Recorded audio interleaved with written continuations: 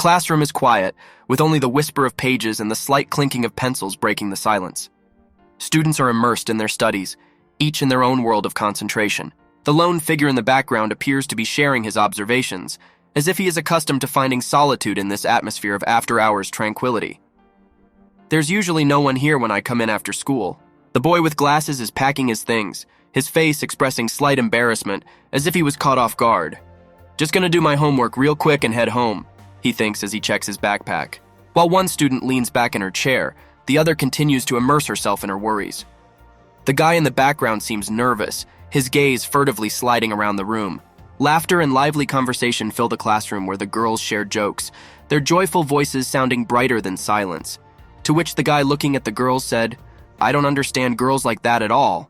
She ponders the differences between them, genuinely perplexed but without a shadow of resentment. Not that I care about them in any way, not at all. Her gaze is impenetrable and calm. The boy with glasses tries to remain unfazed, his hands gripping the pen tightly. Just stay calm. Be cool. His gaze is hidden behind his glasses, but you can feel his tension. The situation changes and now the girls are looking at him, their gazes full of questions and slight confusion. Now what? And he only sighs quietly, immersed in his own musings. The girl apologizes, her hand frozen over the scattered papers. I apologize. He stands in front of her, blinking confusedly in response. She points at the phone screen with a glance. That's...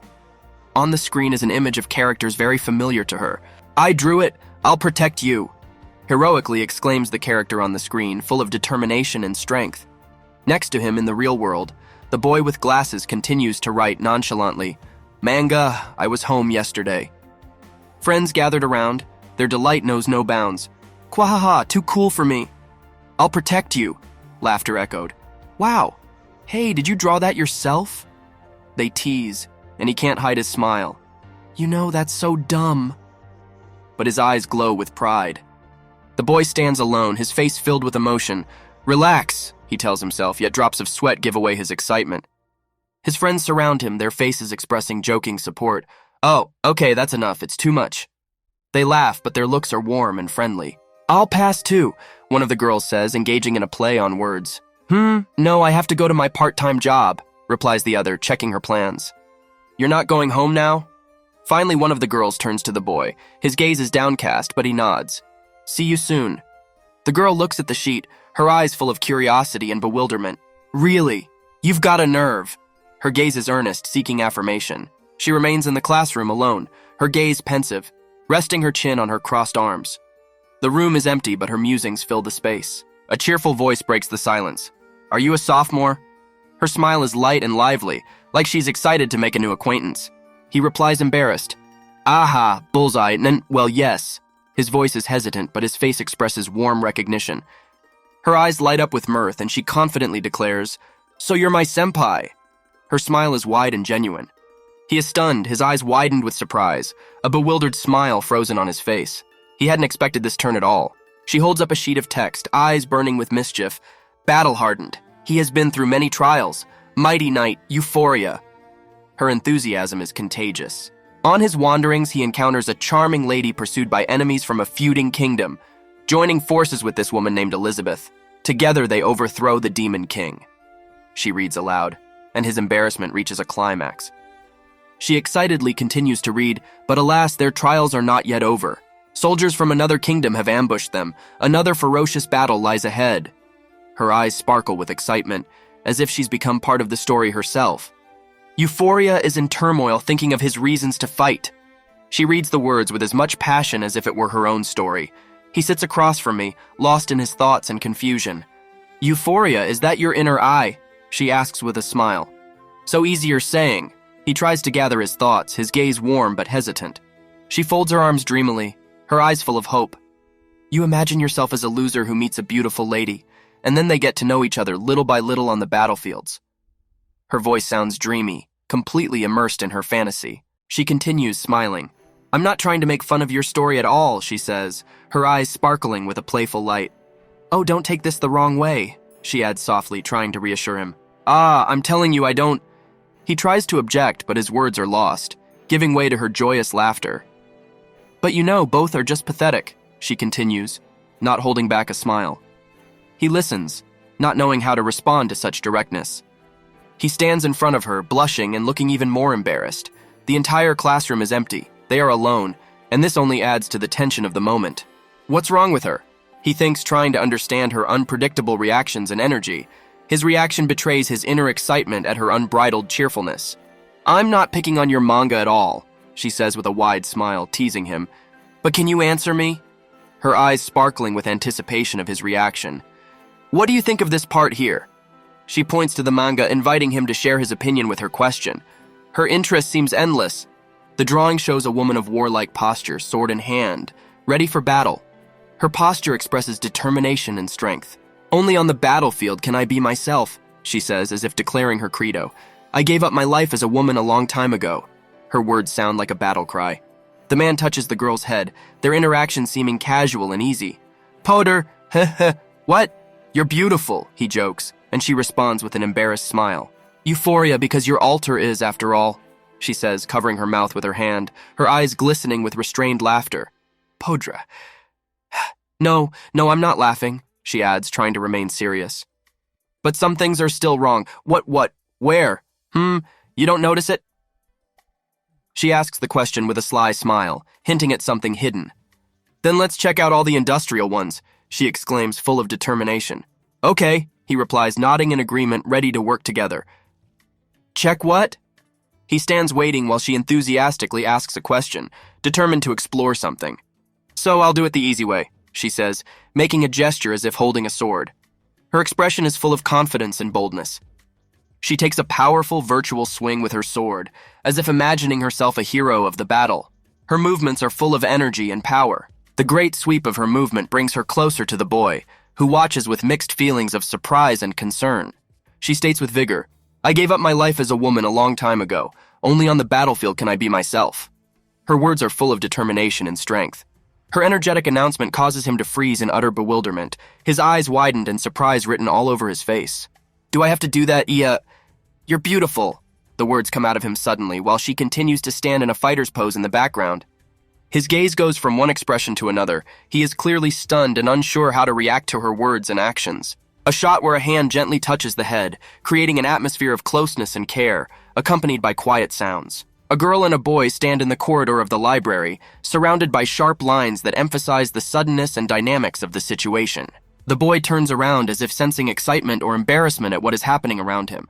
Shows the girl's wide and confident smile, her expression full of confidence and anticipation of developments. The girl says energetically, "That's what I meant, you see? That's it."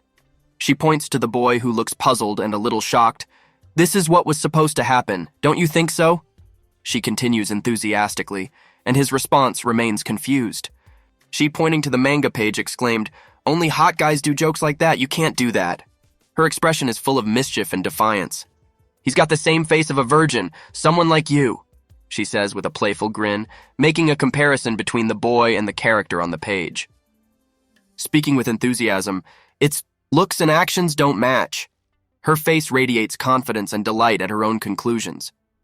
The boy expresses shock, his face lit up with flashes that emphasize his sudden surprise. The girl asks the question with a smile, and the boy seems confused and hesitant to answer. Shows a sequence of scenes where a girl and a boy interact in a library. Their interactions seem friendly and easy.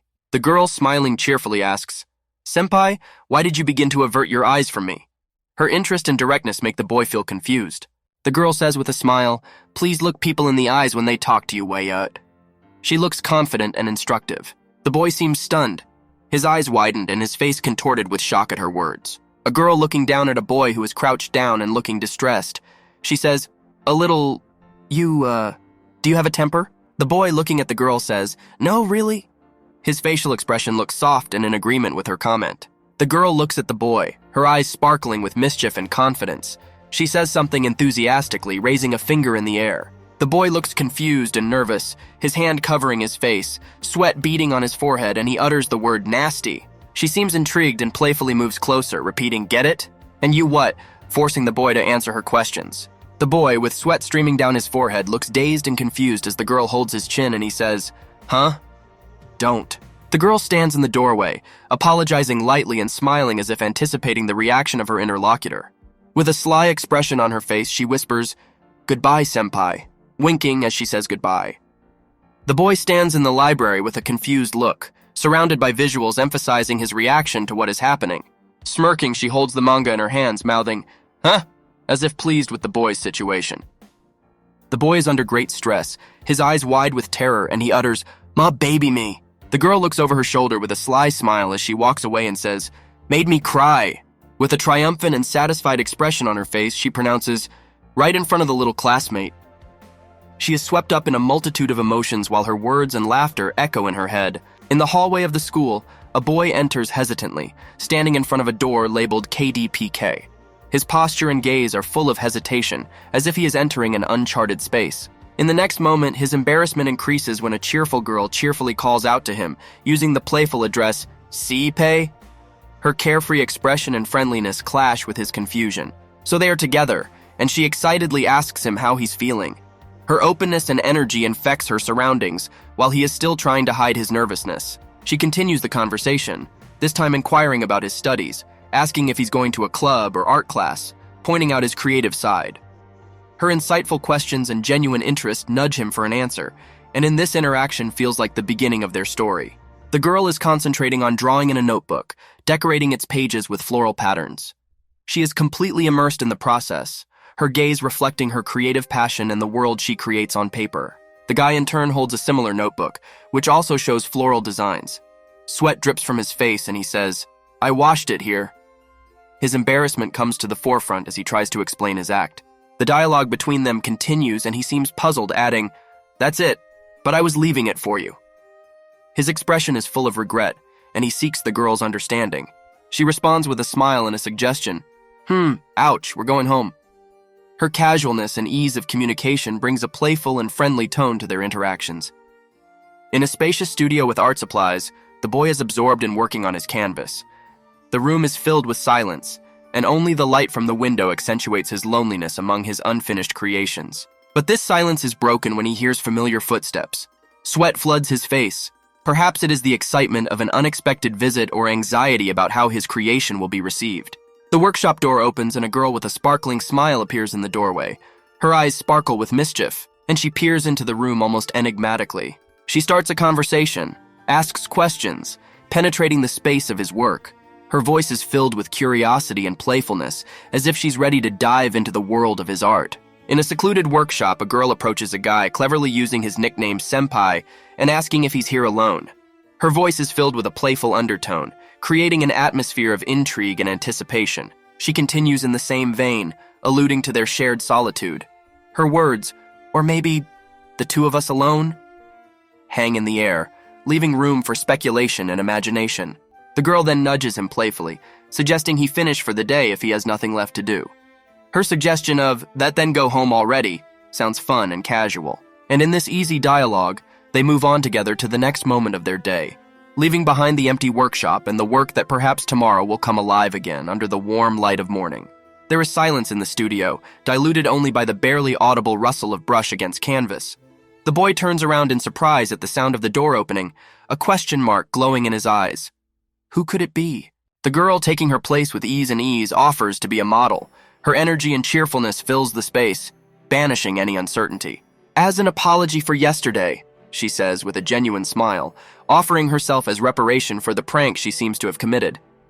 And in that moment, a warm rapport develops between them as the boy, though with some uncertainty, gratefully accepts her offer, saying, "All right." These simple words open the door to a new phase of their communication and creativity. The girl playfully teases the boy, suggesting that his reticence may have a hidden meaning, and asks if he would like to add a touch of eroticism to his work. Her sentence sounded in an undertone, causing him embarrassment. He reacts immediately and very emotionally, rejecting the idea with noticeable embarrassment.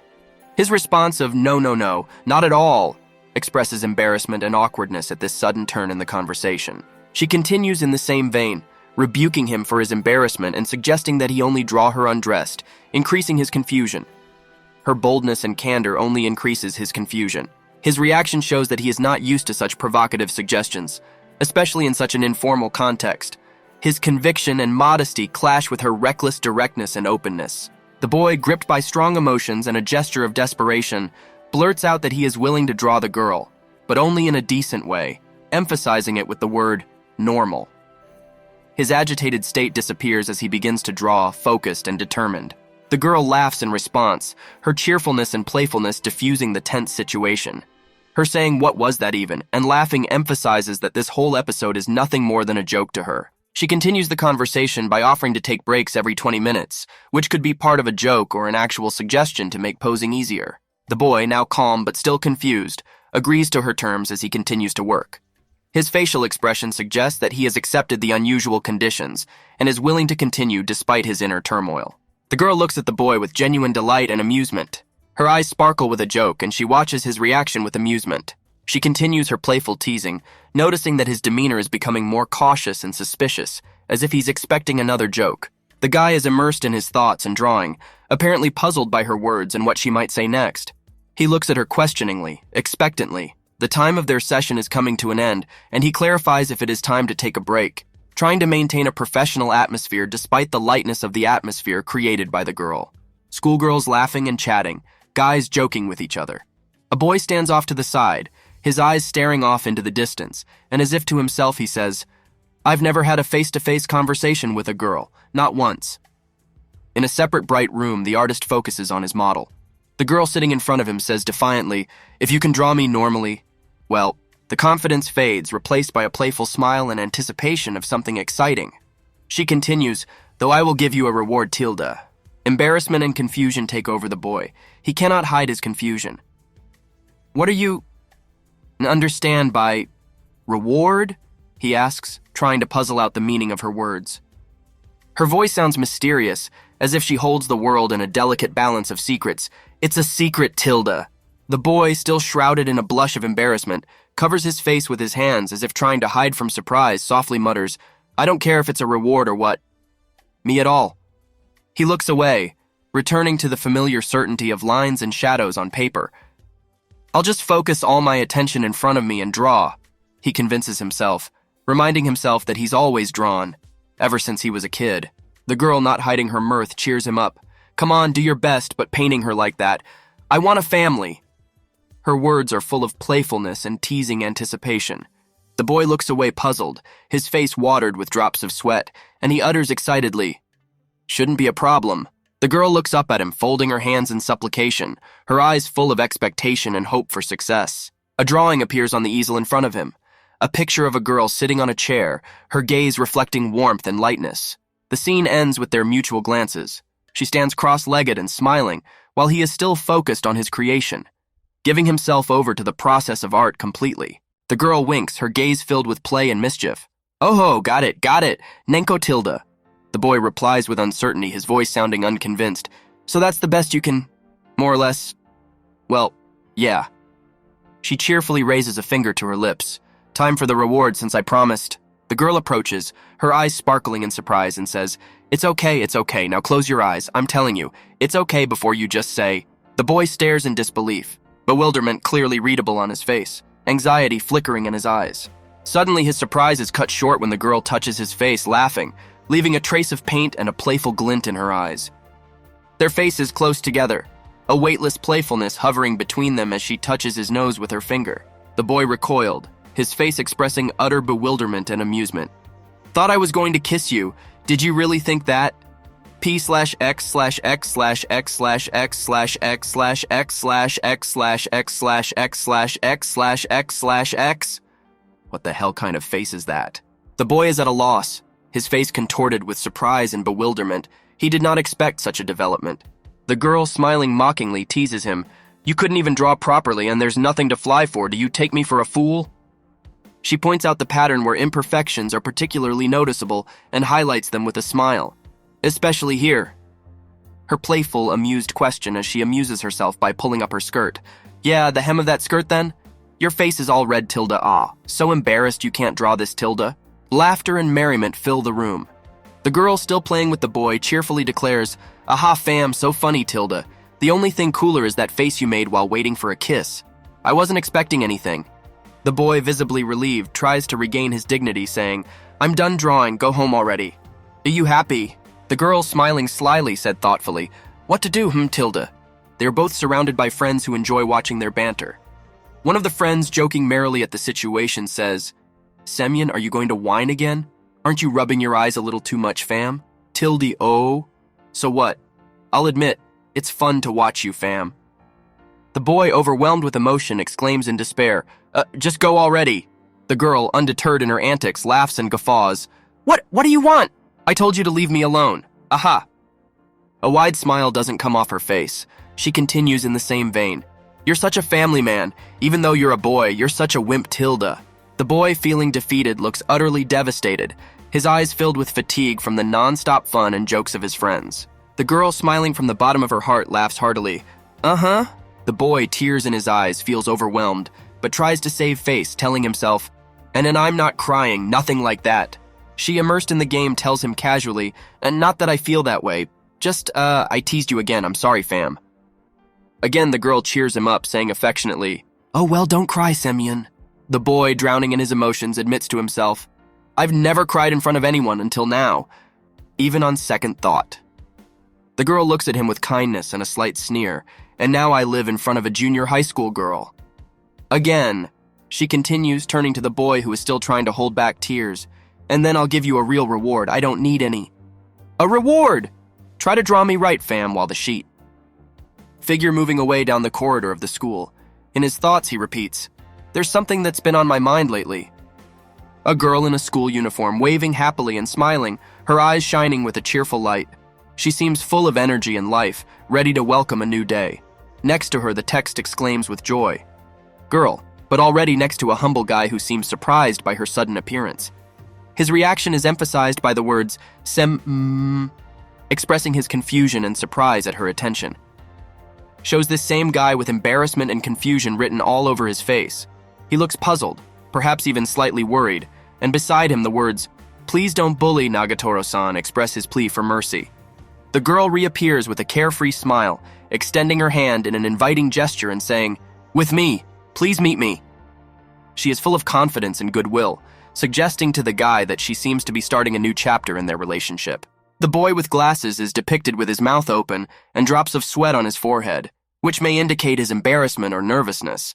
He meets a girl against a fence, and his facial expression seems puzzled, perhaps in response to an unexpected suggestion or question from her, where the boy seems embarrassed or angered by the girl's actions while she laughs, perhaps mocking his reaction.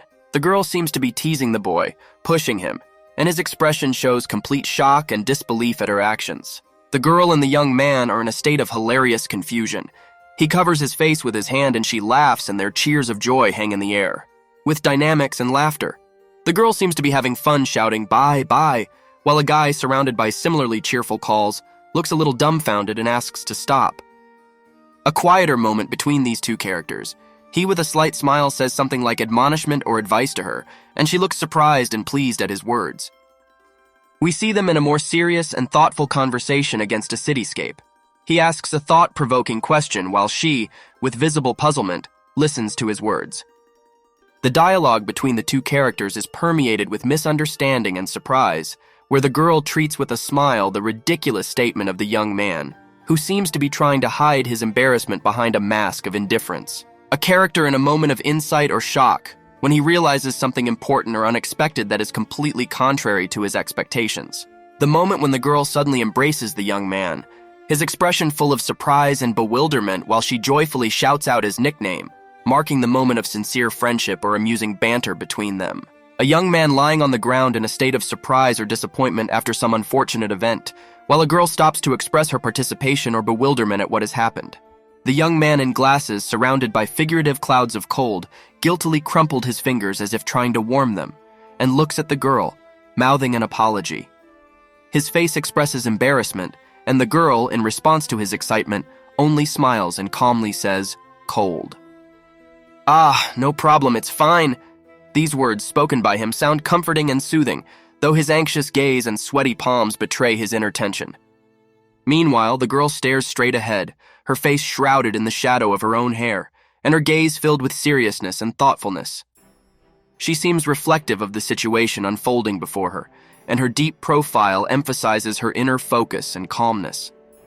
He looks at her with undisguised concern in his eyes, which reflect a glare of light that looks like tears. She, however, wide-eyed with surprise, exclaims, "Aren't you mad at all?" And the word senpai emphasizes their relationship, perhaps indicating his seniority or the respect she has for him. The girl looks forward in surprise, her words on the cloud of dialogue showing slight confusion. "I think I've mixed up the folder a couple or 3 times already, and you're all..." Apparently some action is expected from the young man, which he, for some reason, is putting off. The young man is surrounded by friendly faces having fun and bantering about the situation. Everyone seems happy and entertained, and saying, "That's right," reinforces the sense of their shared fun despite the guy's confusion. Guy is acting reserved among the dimly lit figures, perhaps expressing his weariness with the constant banter. "So, I know how to tolerate it," he says, pointing to his ability to endure ridicule. His face reflects melancholy and resignation to the situation. You always apologize to them, as if he's used to forgiving others despite the constant jokes against him. His gaze is tired, his words, "and you let it all sink in," speak of his tolerance and ability to accept what he has to endure despite his inner pain. Their smiles look forced and cruel. "I can't even stand up to these people," he admits, sharing his worries about the constant pressure from those around him. To the girl with the bright smile, "Hey, are you listening, senpai?" Her words sound carefree and light. In contrast to the previous gravity, she seemed completely detached from the tension the young man felt. The young man looks at her, his eyes full of tears, but there is no anger or resentment, only deep sadness. "About you, senpai." It's as if he's thinking about her, about how she remains cheerful and upbeat while he struggles with his emotions. The girl smiles broadly and playfully reaches out to the young man, repeating, "Maybe, maybe, maybe," while he looks away and sighs heavily as if trying to avoid her attention. She cheekily and cheerfully asks the question, "Have you fallen in love with me?" further embarrassing the young man, to which his response remains consistently embarrassed. Then the girl, undeterred, continues her good-natured banter, folding her hands like a prayer and exclaiming, "Oh, keep your temper, senpai," at which the young man laughs back, though his "no, I" expresses confusion. Tries to explain something, waving his hands and saying, "This is... falling in love is one thing, and this..." His expression is full of confusion and bewilderment, while the girl watches his reaction with interest. The young man with concern in his eyes and then on his forehead says, "Quite different," as if trying to make his point or justify himself in some misunderstood situation. The girl, with a happy smile and lightness in her voice, replies, "Let it be different. Okay, got it," accepting his words and lowering the overall tension of the moment. The young man looks slightly relieved but still remains flustered, his face filling with an involuntary smile as the friendly teasing continues. Against the darkening evening sky, the 2 figures stand in solitude, and there's an understated, "to be honest," hanging in the air, as if he's about to share something important. The young man admits with a heaviness in his voice, "Of course I'm sick of it," his words and look expressing a deep weariness from the incessant pressure. The girl looks sideways, and her words, "And of course I'm angry," carry shadows of frustration and mild irritation, reflecting an inner dissatisfaction. The young man begins confusedly, not that, trying to explain something or perhaps justify himself, but his words are cut short and he seems lost. "I didn't like it all," or anything like that. The words come out of him in the same breath, as if he's searching for a way to express his feelings, unable to find the right words. The young man, with tears streaming down his face, utters, "It's me about," as if he is on the verge of some important confession or conversation that has been a long time coming. The girl with a serious expression softly says, "Talking to you." She seems to want to listen to him, to understand what's bothering him. She adds, "Which is rude to just poke me," and her words sound confident, as if she's dotting their relationship. The young man apparently excitedly shouts, "What's your name?" and his desperation and desire to know more about her becomes obvious. The young man's gaze is filled with inner struggle, drops of sweat rolling down his face, emphasizing the intensity of his experience. The girl stands before him radiant with a smile and cheerfulness, and there is a lightness in her words, as in her Kanichi and Naga. She winks at him playfully, drawing attention to her face as if playing a cute guessing game with him. She then touches his shoulder, and her cheerful expression coupled with the words, "It's so-and-so's kanji," adds a lightness to their interaction, while the young man seems confused and full of emotion. The girl smiles and jokes, "JJ." Pretty hard to write, showing that she finds fun in what's going on despite his confusion. Her smile grows even wider as she introduces herself. "My name is Nagatoro. It's rather nice to meet you, senpai." Her warm greeting shines with clarity and friendliness. The young man looks at her puzzled, his reaction, drops of sweat on his face, showing that his impressions of her are constantly changing and he doesn't know what to expect next. She continues with confidence, holding the manga in her hands. The last volume. Please don't mock me, Nagatoro-san. Expressing her passion for reading while also playing with his expectations. The young man in the bookstore can't hide his excitement. I couldn't wait to buy it on my way to school. His face contorted with a mixture of joy and impatience. The next moment depicts him immersed in reading, where he browses through pages of brightly colored illustrations, which evokes delight and strong emotions. Suddenly he realizes that the space around him is not suitable for this kind of literature. No, you can't read that here. His nervousness and fear of being caught growing. He frantically clutches the book to his chest, his face contorted with fear as he notices someone entering the room, as if he's been caught doing something forbidden. A young man sitting in the classroom is experiencing intense excitement, barely audibly uttering, "Pre-hi?" His reaction to an incoming person is full of surprise and nervousness. The girl enters with a cheerful priv, her energy and carefree attitude filling the space, bringing a stark contrast to its confusion. She, pointing to her face and displaying a wide smile, jokes, "That's exactly like this," emphasizing her playfulness and amused by his embarrassment. He feels embarrassed under her gaze. Her words, "I can smell the spirit of different eros from you, senpai," reinforcing his awkwardness and shyness in front of her directness. She quickly approaches him, their interaction full of dynamics and banter. He can't hide his embarrassment as she playfully takes the manga from him. In the tense situation, the young man desperately tries to keep the situation under control, saying, "Show the truth to the world. That you like kinky stuff, admit it," trying to justify his choice of book. There's nothing wrong there. So, ogle die, expressing his willingness to share in the pleasure of reading. She continues, already more insistent, "You can use me for anything, you know that." Her words hint at a willingness to prank and tease. The young man reacts with surprise and consternation when she makes the unexpected move. If senpai is in that mood, suggesting possible further entertainment. And eventually, the fun turns to a noisy confrontation when she snatches the book out of his hands, exclaiming, "Ha, gotcha," and he tries to hold her back with amazement and resistance. The girl, laughing, accuses the young man of simple-mindedness. "You're such a simpleton, senpai." And her laughter is filled with banter and good-natured teasing. She continues her playful taunts, presenting herself as the winner in this little prank. "And you fell for it, didn't you?" And her words encourage him to embarrass himself even more. The young man with tears streaming down his face is dazed and confused, trying to hide his face and is reading, "No chance, oh night full of zeros," as if he were seeking salvation in those words. The girl, without ceasing her cheerful mockery, says, "I told you so, please," and her confidence only increases his awkwardness. The girl reads the manga with a wide smile and jokes, "Even if you do say so," showing that she doesn't care about his objections and continues to enjoy the moment. Her smile grows even wider as she looks at the manga page and says, "You have a thing for that, don't you, senpai?" implying his hidden interests. She continues to tease him by pointing to a character and commenting, "Your successful perversion again?" prompting him to admit his genre preference. And laughing, she adds, "Successful perversion? What the hell is that? Ah ha ha ha ha," enjoying his reaction and continuing to make jokes at the expense of his embarrassed look. The girl continues her banter with a smile and obvious pleasure. "That's just the way you are. How about that, senpai?" enjoying the moment of his embarrassment. The young man, in panic and despair, tries to escape from her naughty hands, exclaiming, "Ha, you're a secret pervert, senpais," his face expressing shock and disbelief at what was happening. Without pausing, she says to him with a merry laugh, "Well, bye. Let me read a little. Don't be stingy, hey?" And her mood is full of playfulness and fun. The young man, confused and overwhelmed, tries to maintain control, but his efforts are futile before her energy and determination. The girl, caught off guard, is shocked by the sudden turn of events, and there is utter bewilderment in her eyes. Then she drops to the floor, her eyes full of amazement, and she is clearly confused by the sudden development of the situation.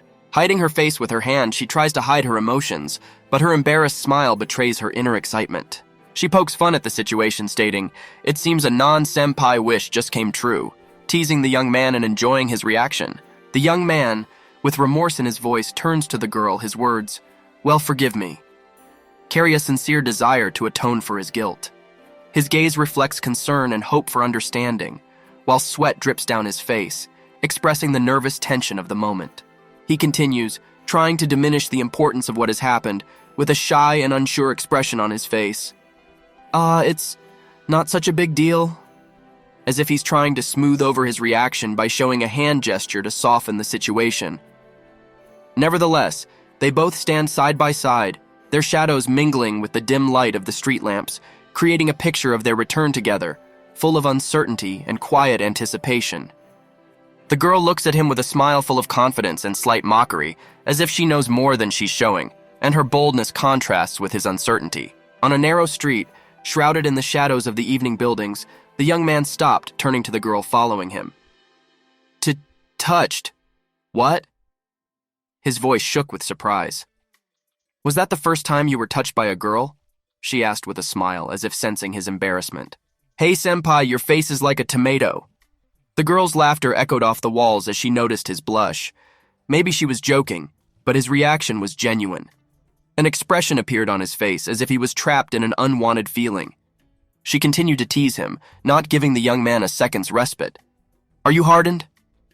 Her words were full of ambiguity, but her eyes were full of carelessness and the joy of the moment. Huh! Stop talking nonsense. He couldn't hide his confusion, trying to cover his face with his hands.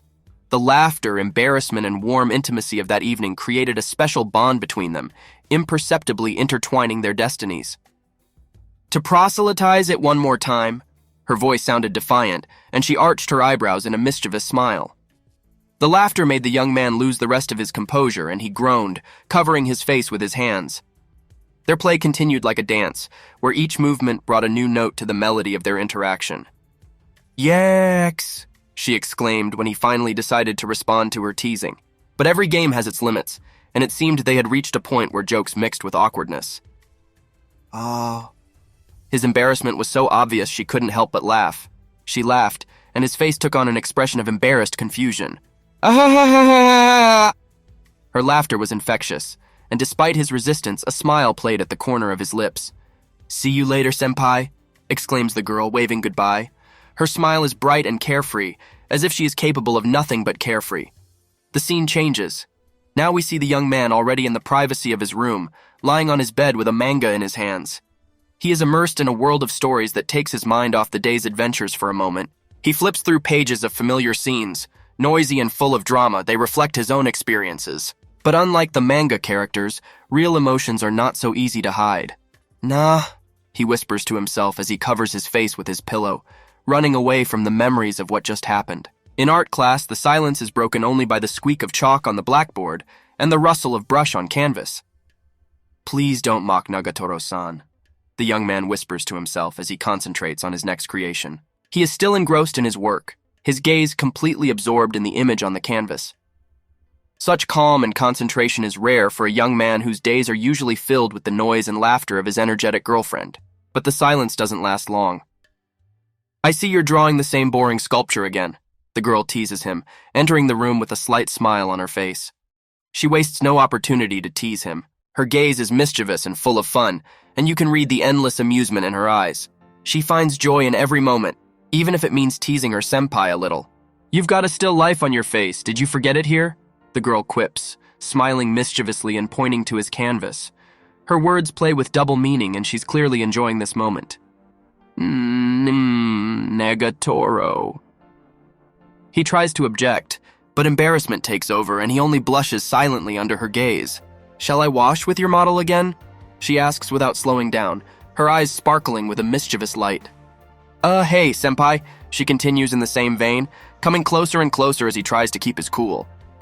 No thank you, he replies, trying to dodge her suggestion, but his eyes read hesitation and a secret desire to agree. A woman's body, huh? She can't help but laugh when she sees his confusion. So you really can't draw... She continues, but her words sound more like a joke than a taunt. Are you sure? She asks with a sly smile, stepping closer. Her teasing is light and playful, but it's about his self-esteem. So you can draw while you're gawking at a girl's license, hips and all, right? She continues, not giving him a chance to focus. To pose for a morel like you, I'm probably the only one who's that out of it, she says, and you can hear nothing but friendly teasing in her voice. You miss a chance like this and you don't feel sorry for it? With a teasing tone, she encourages him. Her energy is irresistible, and the young man feels the pressure of her unwavering enthusiasm. Hey, what a senpai, she says, and her words sound like a challenge he can't ignore. Do you want to stay with someone this pathetic for the rest of your life, but don't you wish you could be just a little bit better? Her questions hurt his pride, and he feels his resolve strengthen. I'm going to paint. Let me draw you. Finally, he finds the strength to accept her offer, ready to face a new challenge. Ah, for the sake of such a thing, that's the spirit. Her approval and support is the push he needed to overcome his doubts. There is a tension in the classroom. The girl, silent and centered, is in thought. A guy, wearing glasses and looking like a scientist, sits across from me, avoiding my gaze. Okay. What? She barely whispers, not finishing the thought. Don't look yet, the guy asks, embarrassed, twirling something in his hands. Just let me get ready, he adds as if it's part of some important ritual. The next moment, her hands shake as she starts to do something, carefully and slowly. But what do you mean she needs to prepare? He thinks, immersed in his own thoughts. Can't you turn up the heat? Suddenly bursts out of her, her voice wavering anxiously in the cold classroom. It's a little cold in here, she says, and he nods as if awake and rises to fulfill the request. Semyai, he thinks, realizing that there is more to this action than just a desire to keep warm. The guy walks over to the window, his hands firmly gripping the sill. He looks pensively out into the outside world. Suddenly, he is interrupted by a voice from behind him, causing him to turn around. He turns and sees her, a girl with a triumphant smile. Now I'm ready, she says, and her eyes glow with confidence. Her appearance has changed dramatically, and it gives him mixed feelings. That's not good, that kind of thing, he exclaims, feeling a wave of shame and embarrassment, trying to look away. But there is a tinge of admiration in his embarrassment. He can't hide his surprise and some admiration for her boldness. Her curiosity was boundless and her smile was infectious. What kind of kind? She would cheerfully ask her friend Haru when he was engrossed in stories about rare editions. Ah, is that what you mean? He shrieked one day when Maya, in the spirit of joking, suggested having a swimsuit day in the library. His response was so genuine that Maya couldn't help but laugh. Standing in front of a guy in a swimsuit, she embodied the cheerful spirit of summer, which contrasted so much with the silence of the library. The guy stood in a stupor, blushing and forgetting all habits. He was so absorbed in her brave act that for a moment he forgot all the books of the world. In the stuffy classroom where fans creaked and curtains swayed lazily, now waited for her new sacrificial lamb with a smile of deceit. What did you expect? Laughing, she posed the question to the newcomer, who barely noticed the heart drawn on her desk. But her giddy laughter was quickly replaced by a serious tone as she began to recount her accomplishments. The president's old bathing suit was in my size, so I tagged along, she announced proudly, not noticing the shadow of doubt beginning to slip over her words. Her eyes shone with cunning and confidence when she mentioned that I was asked to help the swim club. Obviously, she wasn't shy about taking every opportunity to be the center of attention. Meanwhile, the newcomer, embarrassed by her unpredictability and audacity, only rubbed her face in embarrassment. Who's the damsel? He thought, trying to figure out if it was an act or her real character.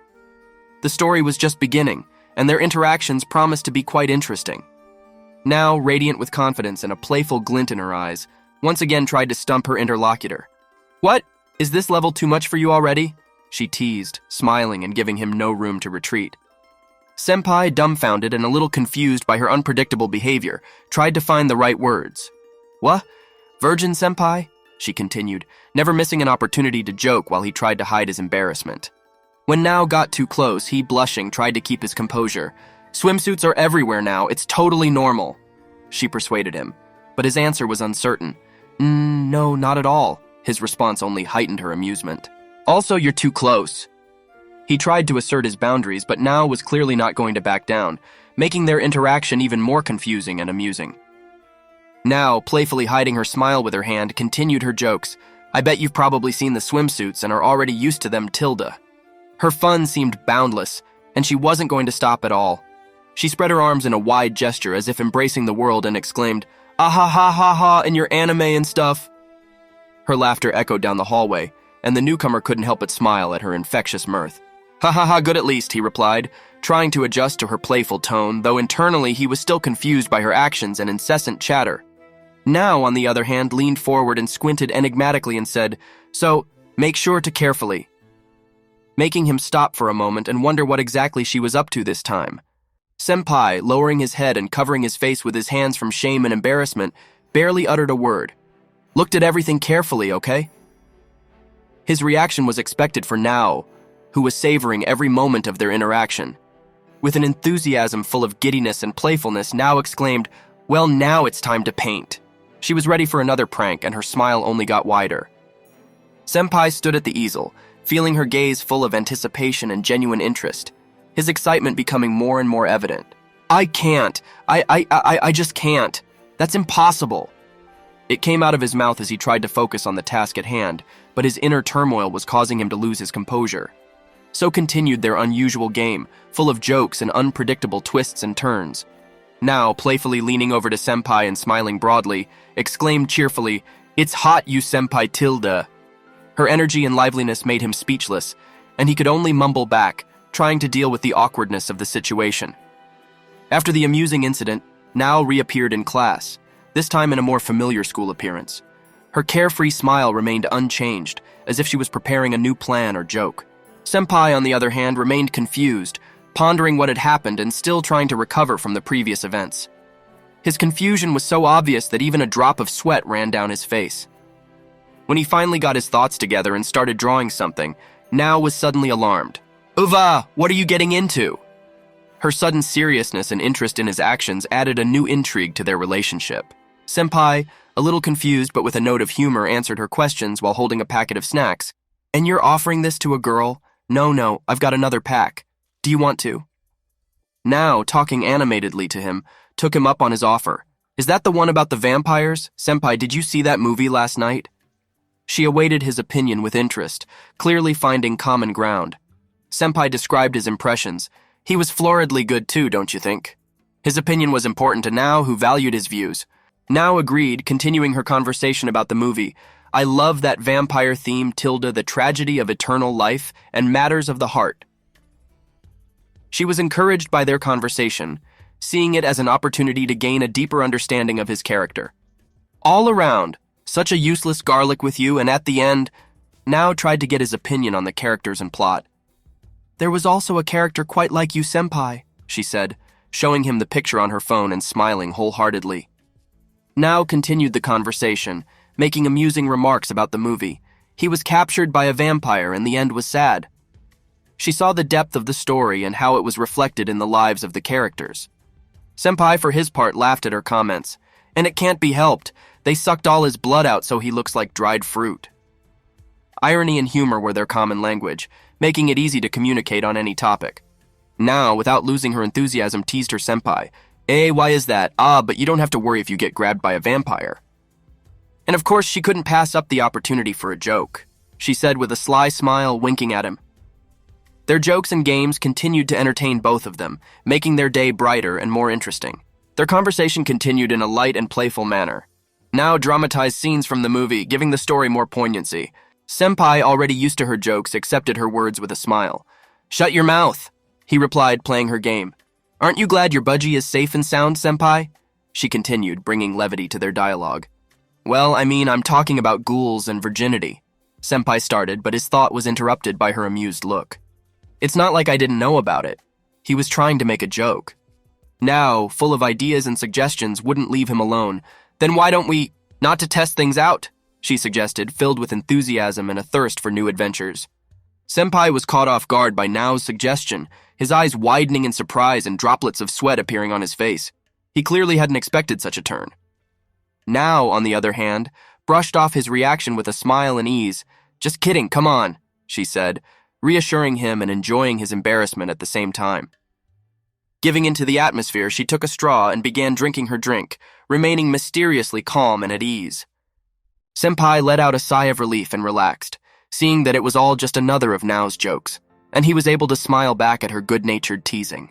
Senpai reacted to Nao's continued joke with mild shock, his hair even rising in surprise. He clearly hadn't expected her to go this far in her shenanigans. Now, seeing his reaction, didn't hold back her laughter. "Let's gut try." Senpai barely spoke, even more surprised by her unbridled imagination. She continued in the same vein, adding playfully, "I'm not sucking, just one little bite. Come on, just one bite." Senpai was utterly perplexed by her words. "What are you talking about?" "No," he exclaimed, trying to collect himself and regain control of the situation. "You want to stop being human too? I knew you were to be feared, but..." He continued, apparently beginning to realize that this was just part of her game.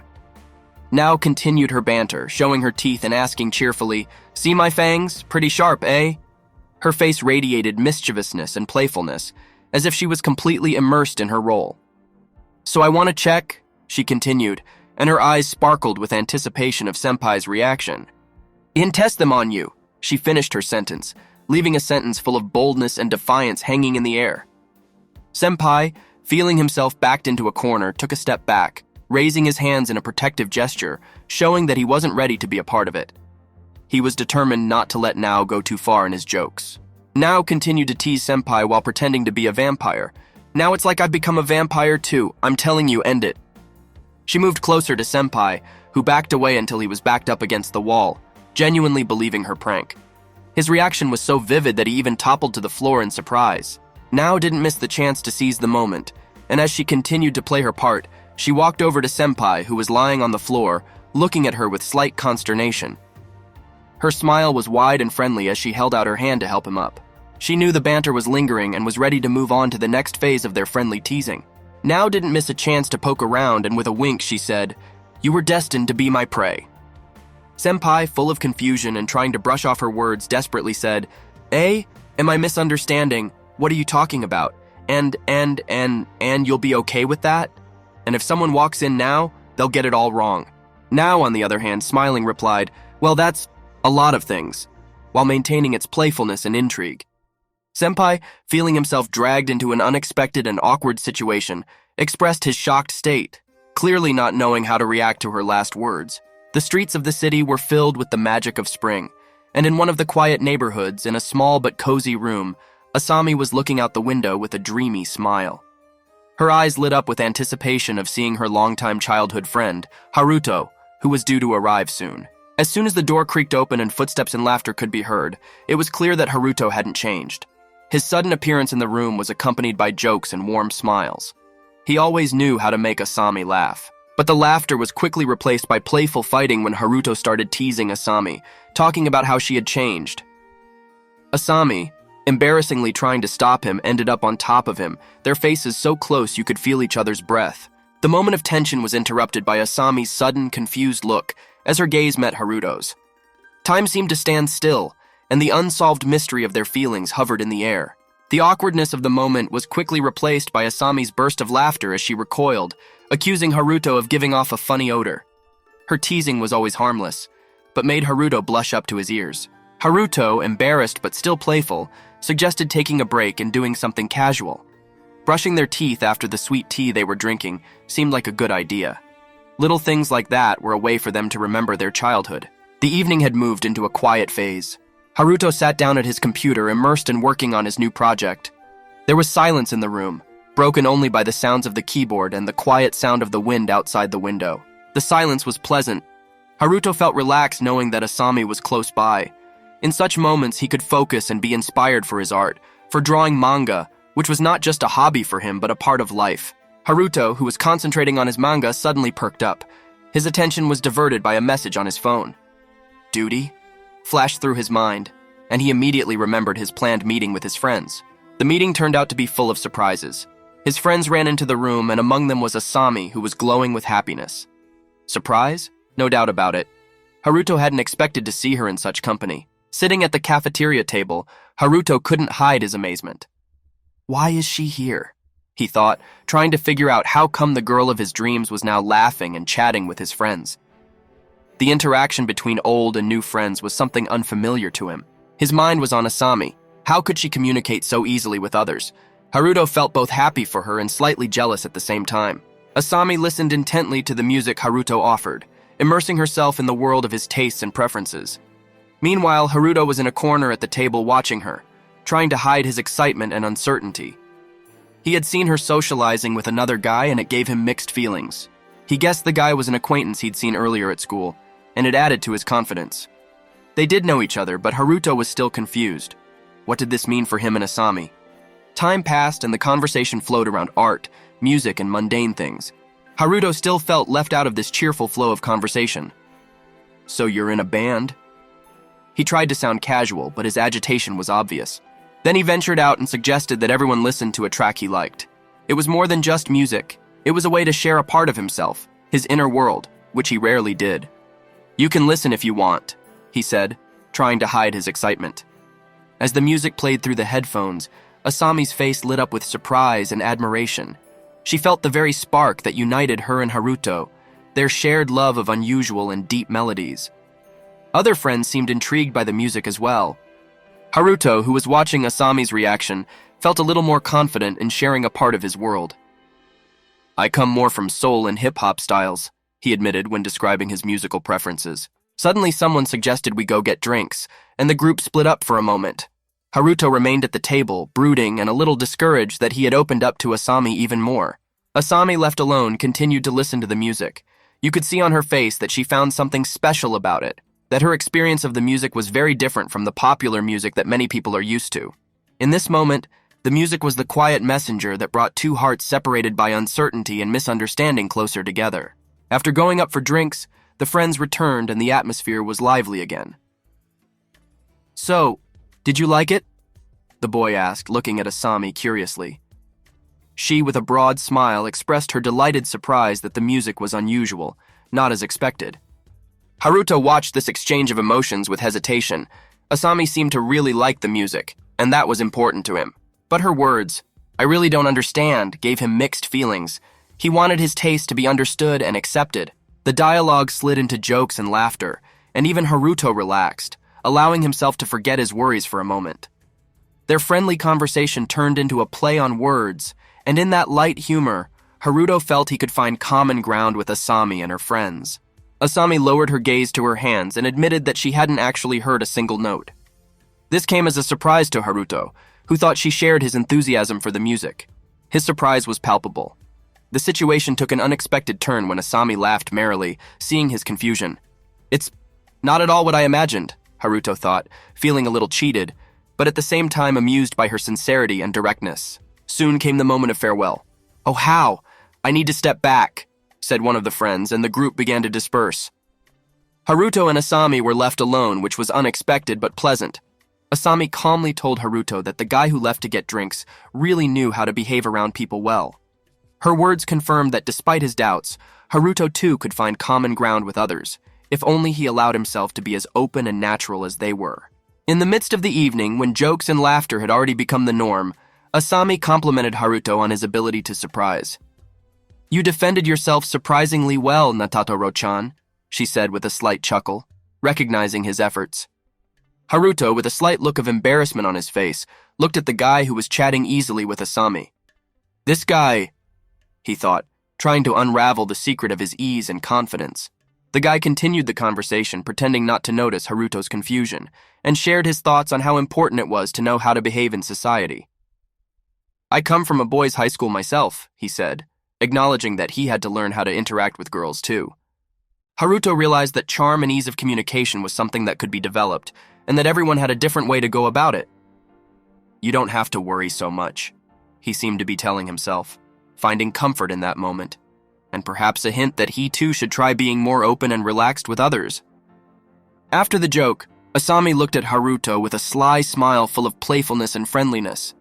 "I don't know what you were trying to accomplish with that," she commented, not hiding her amusement. Haruto, caught off guard, felt a little embarrassed, but also enthralled by Asami's light flirting. She continued to banter, comparing his attempts to the tricks of an aspiring illusionist, which caused laughter in the company. "Haruki," she exclaimed, pretending to be amazed at his talents. "See the real thing? You're so grown up and you don't even mother a bird, is it that bad?" The joke was in the spirit of their camaraderie, and Haruto, though a little embarrassed, smiled back, appreciating this moment of companionship and warmth between old friends. Asami looked at Haruto with slight reproach and bewilderment. When meeting for the first time, it's bad form to say things like that, she reminded him, but there was still good-naturedness in her eyes. Haruto was embarrassed and hurriedly apologized. Sorry." He realized he had crossed the line, but Asami was no longer offended, her laughter filling the space around them, diffusing the situation. The fun continued and things didn't seem so serious. Haruto, though feeling a little awkward, couldn't help but smile seeing Asami laughing and joking. While the friendly atmosphere was blossoming, someone suddenly got up from the table saying, "I'm going to the bathroom for a bit." And it was a natural break in their conversation, allowing everyone to rest a bit and gather their thoughts after the jokes and laughter. Left alone, the girls exchanged thoughts about boys. "Hachi, aren't you interested in boys?" one asked. "Yeah, no, I just think they're boring," Asami replied, showing her independence and casualness. Their conversation was interrupted by the admiration of one of them for the passing boys. "But they're such tough guys. Don't play matchmaker," she remarked. But Asami remained indifferent, not interested in idle talk about superficial things. Meanwhile, Haruto, already away from the noisy cafe, was walking down the street alone. His thoughts were consumed with the day spent with his friends. He reflected on his feelings for Asami and how these moments of friendship and interaction would affect their relationship in the future. Haruto, walking off into the twilight, suddenly stopped, struck by a sudden thought. There's no way," he muttered to himself, thinking over the events of the day and perhaps realizing something important about his feelings for Asami. His footsteps were uncertain, as were his musings. Each step reflected his hesitation and search for answers to the questions that plagued him that evening. But then suddenly someone patted him on the shoulder, snapping him out of his train of thought. Haruto flinched in surprise, turning around to see who had interrupted him in his musings so suddenly. Thames? His surprise was palpable. What mysterious turn of events awaited him next? Asami ran up to Haruto. Her face brightened with a smile, and she called out to him cheerfully, "Senpai, what's up?" Her sudden appearance was a complete surprise to him. Haruto, still under the impression of his musings, was stunned by her attention. "You're recognizable from afar by your silhouette," she commented jokingly as she continued to tease him. She playfully imitated his gait, never missing an opportunity to tease him about his walking style. "Squill, squill, squill like this," she said, and Haruto, despite his shyness, couldn't help but smile back. "And it's like you apologize all the time, senpai," she added, filling the evening air with warmth and laughter. "What?" Haruto objected embarrassedly, his embarrassment mixed with the joy of such unexpected and pleasant companionship after a long day. The bewildered Haruto, barely recovering from the unexpected encounter, tried to say something. "Sushashi, Nagatoro, and you." He still couldn't formulate his thoughts. Asami, in her manner, interrupted him. "What is it, senpai?" Her gaze was full of anticipation and genuine interest. She was clearly enjoying his reaction. Haruto was confused to the core, his face expressing utter bewilderment and confusion at Asami's sudden encounter and unpredictability. The next shot shows him alone, concentrating on washing his hands, perhaps trying to gather his thoughts and realize what had just happened. This small moment of everyday life felt like a vacation to him after the whirlwind of emotions that meeting Asami had brought. Once in the kitchen together, Haruto and Asami continued their playful conversation. He, still embarrassed, didn't know how to properly respond to her presence and jokes. Asami, on the other hand, seemed full of enthusiasm and joy at their interaction. "Sorry if I'm distracting you," she said with a smile as she continued to wash her hands. Her cheerful tone and lightness was infectious, and Haruto involuntarily smiled back despite his inner turmoil. "Do you have to use the sink?" she continued, as if instructing him in the ways of the world. Haruto, though a bit taken aback, appreciated her care and attention. "What's wrong with that? We're only washing our hands," she commented, teasing his indecision. Haruto finally agreed with her, realizing that it was just friendly teasing and that there was no reason to worry. "Come on, senpai, don't be such a boo," Asami said, leading him to the sink. Her ease and casualness helped Haruto relax and accept her company as the gift of an unexpected fun evening. Asami, continuing to play with the foam, sprayed it into the air like little clouds. Her cheerfulness was infectious, and even Haruto, usually so serious, couldn't resist her happy mood. "And you're surprisingly right," she told him, as if teasing him about his earlier words on how to properly wash his hands. Haruto, standing next to her, seemed surprised and a little confused by her statement. "Senpai, what's wrong?" she asked, looking with interest at his hands full of soapy lather. Her curiosity and nonchalance added a lightness to their interactions. Haruto, though embarrassed, began to relax under the influence of her nonchalance. "That's how my hands are together," he muttered, and Asami burst into laughter when she heard it, enjoying the moment of simple human interaction and delicate touch. Asami continued her jokes, reminding Haruto of the fun side of life. "We're like lovers in the bathtub before we do something," she said, causing him embarrassment and bewilderment. Haruto, as if frozen by surprise, was clearly puzzled by her words, but the playfulness in Asami's voice made the moment more amusing than awkward. He decided to play her game, and they continued washing their hands together, laughing and joking. This casual intimacy gave Haruto a new perspective on his relationship with Asami. Although Haruto was still somewhat embarrassed, he was beginning to realize that Asami just liked to tease him, and that she enjoyed provoking him to react. "Pfft, sorry," he finally blurted out embarrassedly. and they both laughed, forgetting everything in the world.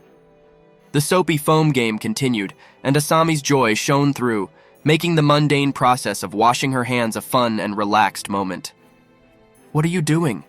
Haruto asked with a smile, to which Asami replied with a cheerful laugh, drawing him into the game. His initial embarrassment was gradually replaced by the peacefulness of being with his longtime friend. Since we've gotten this far, Haruto realized that it was just a joke between old friends, meaning nothing more than friendly interaction. In this easy exchange of lines between Haruto and Asami, their friendship grew stronger, and he began to feel more free and at ease in her company. Asami's joking mood reached its peak when she doused Haruto while playing with the foam, causing him to ask in surprise, What? She laughed, savoring the moment. "Like what, wash each other?" Her amused and innocent mirth infected Haruto as well, though he seemed somewhat shocked. A sudden splash of water hit Haruto, causing him to gasp in surprise. "Boy!" he exclaimed, to which Asami responded with more laughter. The game ended abruptly when Haruto, finally soaked, decided to run away, and Asami, laughing, shouted after him, "Ah, don't run away!" But Haruto was already rushing away, leaving behind a trail of water on the hallway floor. The young man behind the desk is obviously embarrassed and confused. What was that all about anyway? He thinks, trying to understand what happened. His classmate, with a twinkle in her eye and a sly smile, seems to know more. Brooding. Nagatogo is delayed, slip of the tongue. Time stretches slowly, and my mind is a kaleidoscope of memories. And here she is again, energetic and cheerful. "Ha ha, family, you'll paint me again tomorrow," she says cheerfully. "Okay. I was going to make it hard to draw anyway," he replies, accepting the inevitable. So begins their unusual friendship, full of creativity, laughter, and little adventures. Between rows of desks, art, and childhood dreams, the complicated story of two teenagers blossoms. There was a spirit of creativity in the art classroom. Yuna, who was concentrating on the apple, was suddenly distracted by Miki. Her surprised look and exclamation of "sigh" made him look up. "Do you even realize the opportunity you've been given?" Vigorously she began, indicating her presence as if it were something important. "Oh, you have a high school girl here. Do you understand? A high school girl," Miki insisted, her eyes sparkling with excitement. 407. However, when class ended and the classroom emptied out, Yuna was left alone. Mika's stoic words echoed in the emptiness of the classroom. "Well, it's a good thing she's not coming," he whispered, but his tone hid a smile. Perhaps he was looking forward to the unexpected encounters with Miki that brought bright colors to the school routine. Yuna sighed, sinking down into a chair. "Here I am," he began, but his thoughts were interrupted by a familiar voice. Miki jumped merrily onto the windowsill, creating a new wave of commotion. "Lazy also," she said with a smile, climbing onto the windowsill with the fidgetiness of a kitten. Yuna turned around and stared at Miki in amazement. "So, what are you doing?" he asked, trying to understand her sudden actions. Miki spread out on the windowsill with the grace of an acrobat. "Don't you think the chairs in this room totally suck?"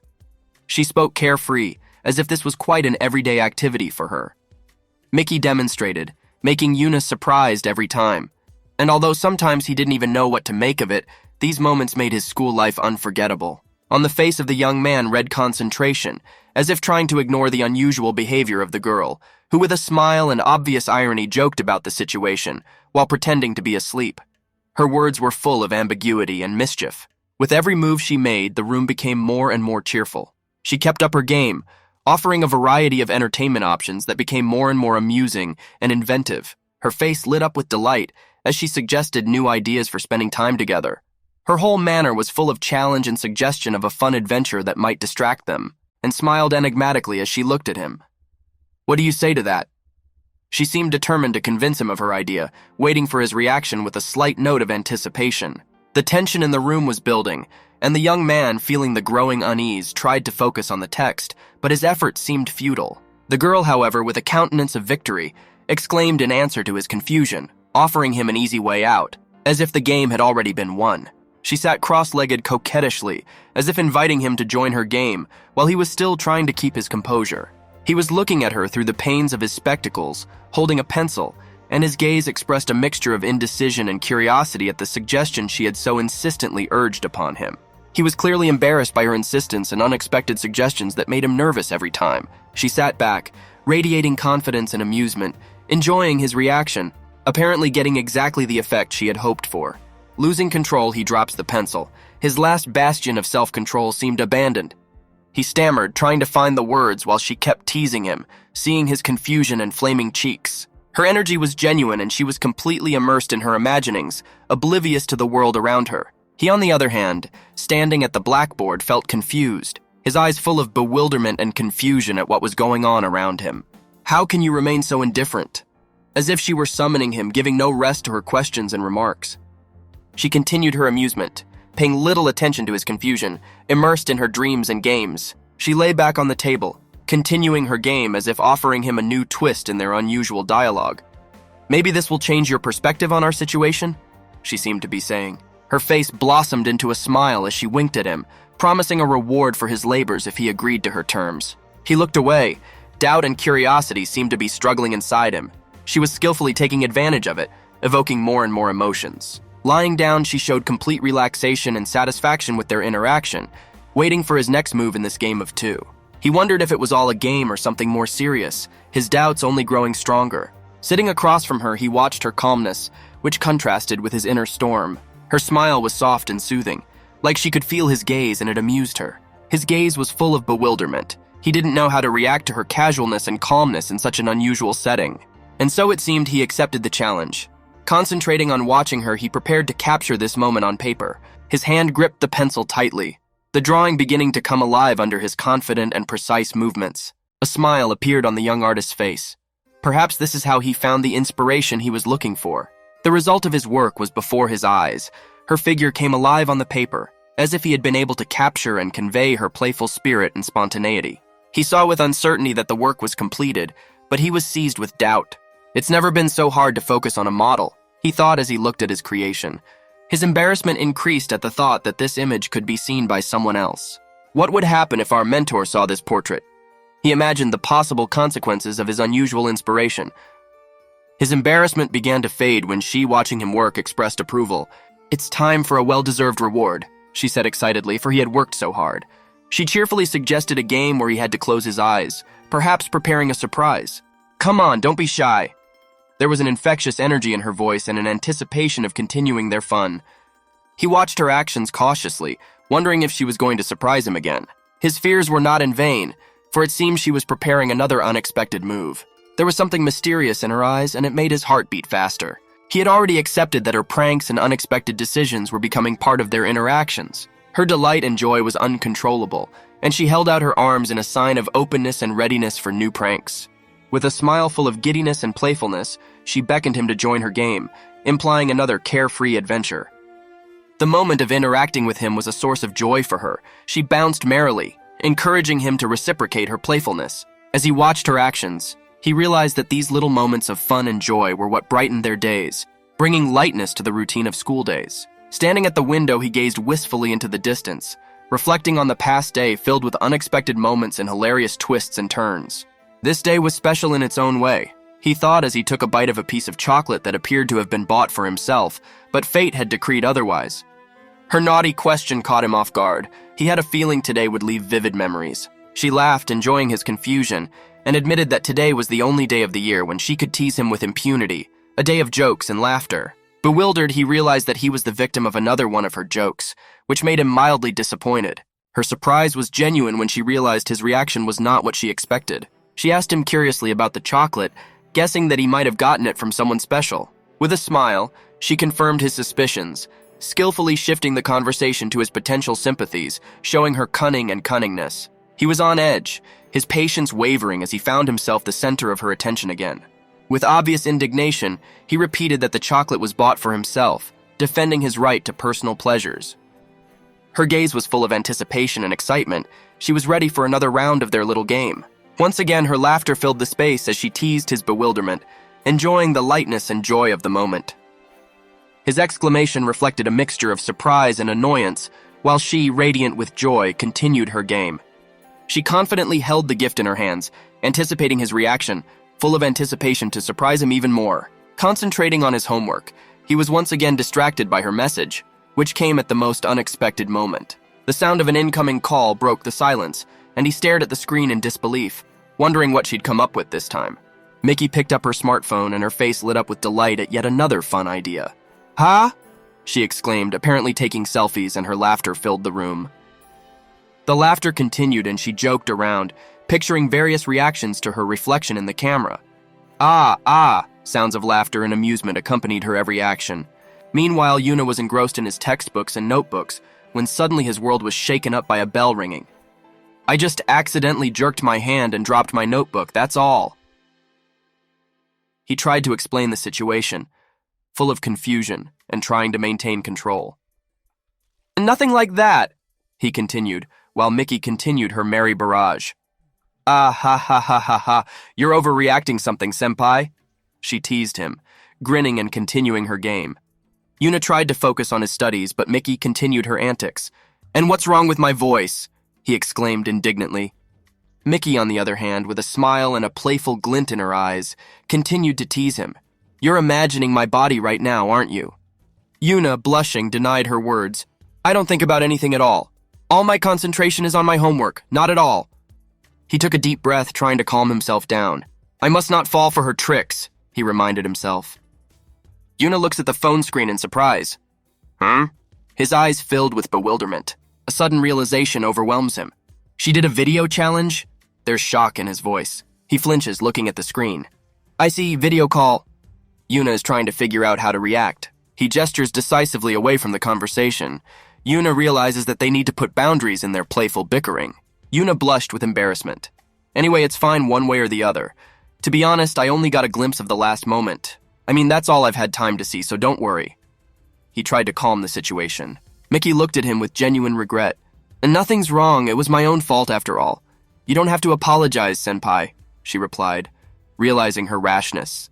Their gazes met across the screens, and it was clear that both felt uncomfortable with what had happened.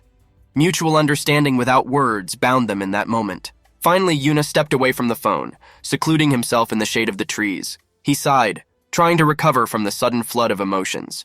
Yuna had a view of the castle rising among the mountain peaks in front of her. What is this place? Amazement overwhelmed him. He was amazed at the world that unfolded before him, a world where dragons soared in the sky and castles stood atop peaks. But suddenly reality is shattered by the dragon's cry. Yuna was caught off guard by this sudden attack. At the last moment, someone rushes in to save him. A 999! Sounds the cry of an unexpected savior. Yuna realizes that this world is full of surprises. After a surprise dragon attack, a rescuer in the guise of a cat warrior appears to Yuna. Ne Kotoro's here, her energy and fighting spirit infecting the environment. Ne ko Kotoro mi, she declares heroically, smiling and showing her claws ready for new feats. Yuna doesn't realize what's going on at first. Nyatoro? He's still confused, but he's starting to get used to this strange new reality. She cheers him up with ease. I feel a little sorry for you, so upke I'm with you, senpai, offering him a helping hand and camaraderie on this incredible adventure. In the new world, Yuna and his feline companion face another challenge, a water splash from a giant fish. They bravely confront danger, their team working together cohesively. Then comes a moment of peace. Yuna and the cat warrior rest, celebrating their small victories, toast after toast, enjoying a meal surrounded by new friends. But the tranquility is short-lived. Here they are in battle again, this time against a mighty troll. Yuna, already more confident, fights alongside his indomitable companion. Every moment in this world is a new challenge, a new opportunity to show courage and make friends, even in the face of the most unexpected allies. Before Yuna and his brave companion, a challenge once again arose, a majestic dragon, the embodiment of the might and power of this world. Yuna's gaze is determined. He's ready to be the hero of this story. The battle begins, and Yuna, armed with her shield, deflects the mighty beast's attack. His actions are becoming more confident by the moment. Next to him, the cat warrior maneuvers with ease, dodging blows. Her agility and fighting spirit inspire Yuna. After the battle, they rest, celebrating the victory. Their strength is in their unity, and together they were able to overcome the challenge that this fantasy world put before them. After adventures and battles, Yuna and his companion found a moment to talk. Not that. Yuna is shy, he's not used to compliments yet. That was pretty cool for someone like you, senpai. The cat warrior winks jokingly, appreciating his efforts and bravery. Yuna, still blushing, only smiles embarrassedly in response to her words. This new adventure becomes his discovery of not only new worlds, but also new sides of himself. They both laugh, and Yuna begins to feel a part of this unusual but exciting world. That we can do anything when we're together. He begins to realize the power of true camaraderie. A gateway to a castle surrounded by lightning opens before Yuna and his companion. They stand before him, ready for the new challenges that will present themselves within. They enter, and the grandeur of the castle overwhelms them. The echo of their footsteps echoed through the empty hallway, filling the space with anticipation. Yuna's gaze settled on the throne where he expected to see the Demon Lord, but his seat was empty. "Well, there doesn't seem to be any Demon Lord here," he says, relieved and wary at the same time. Their adventure in this world continues, full of mystery and mystery, with each new plot twist promising more challenges and discoveries. In the heart of the castle, our hero Yuna encounters an unexpected turnaround. "Oh, here she is," the realization slowly comes to him. In front of them appears none other than the Demon Lord himself, dressed in an unusual appearance. "Ta-a-a-a-dumb," she merrily mutters, full of jokes and antics. Yuna's confused, his reaction a mixture of surprise and bewilderment. "Heik!" A laugh through nervous tension bursts out of him. He sits, devastated and solving the riddle in front of him. A new chapter of their adventures is just beginning, full of surprises and unpredictability of this mysterious world. The Demon Lord jokes merrily with Yuna. "Well said, tricked me," she laughs, showing how easily she's got him wrapped around her finger. Yuna stands confused. "Oh, what a surprise." He's still trying to figure out what the joke was. She teases his reaction. "You should be ashamed to even dream about it, senpai." And Yuna can't hide her embarrassed laughter. He puts up with her funny character. "You'll have to humor me," she says, and Yuna realizes he won't get bored with these jokes. The Demon Lord's jokes have reached a climax, and she lets out a loud laugh. Yuna, caught off guard, can't hide his horror. "Wah!" He shouts as she abruptly changes her appearance from good-natured to frighteningly outlandish. Suddenly everything subsides, and Yuna finds herself back in the real world, on the street, where everything is calm and ordinary. He breathes a sigh of relief and whispers, "Senpai," he said, trying to regain his inner balance after such an unusual and exciting dream. On the street, Yuna meets the girl from her recent dream adventure. "Good morning," she greets him cheerfully. Yuna looks at her in surprise, remembering their fantastic battles and battles. His reality and dreams are intertwined. Her gaze is full of life and energy. It's as if she's inviting him on a new adventure. Yuna, blushing, only laughs back. "Yes, good," he finally utters, and his smile suggests that the world is full of wonders worth believing in. The girl greets Yuna with a cheerful question. "You never answered me, did you? After all, you've never stood up for my attacks." Yuna looks at her in bewilderment. "What do you mean?" His eyes are full of confusion. Around them, naughty classmates banter and laugh, enjoying the moment. She steps boldly toward him and urges him on. "Be more confident," reminding him to be brave and confident, even in the face of school pranks. The classmates around them continue to banter and make noise. "What do you hear?" they ask Yuna, enjoying his confusion. "And to become such," the girl replies, suggesting that Yuna go through a trial that will change him. "Now let's test you," she declares, insisting he participate in some sort of task or game. How odd, Yuna thought, stepping closer and wondering what he was agreeing to, but his interest is piqued and he's ready to find out what the challenge is. Yuna stands next to the girl, his face expressing bewilderment and some tension. The girl, with a smile and mischief in her eyes, asks the question, "Who's counting crows here?" Yuna seems confused, his gaze full of doubt, but he stays by her side. "Say something from the heart and rattle on," she suggests to him, expecting him to join in the game. "We have an energetic one here, not sad, not obligatory, but saying something witty," she adds, setting the tone for the upcoming conversation. Yuna seems determined. Now I've learned he's ready to answer her challenge. "Since when did you check out of the suckers?" The girl continues to tease him, tempted to get an even sharper response. Yuna replies with defiance, causing her to back off for a moment. "I'm going to get an inaccurate retort." "Senpai, make yourself a worthy sukkum," she persisted, encouraging him to turn into the perfect opponent for a mock battle. Yuna seemed resigned to the situation. "I don't care about that. I'm sorry I called you a jerk." He replies with some awkwardness, "Oh, senpai." She continues in her spirit, "Rather, you're interesting. But you're not a dude anymore." There's a really light and joyful atmosphere around him, and he starts to think about strange topics. The girl smiles at him. "What are you, a sheep? All fluffy?" And adds, "And your hair is interesting too," showing that she appreciates his uniqueness and how he stands out from the crowd. The girl continues to joke about suggesting Yuna become a succubus, which causes him to smile in embarrassment. "When are they going to cut your hair? Isn't it about time already?" She wouldn't stop showing the scissors and offering her help. "Zukomi, Zukomi!" She cheerfully nods in agreement, nudging him into action as if winking at fate. Yuna holds back his excitement, for he has yet to take on this new challenge. The boy's face reads confusion and bewilderment.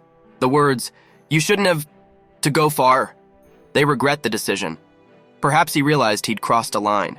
The girl looks at him surprised, her gaze full of bewilderment and excitement. Yeah.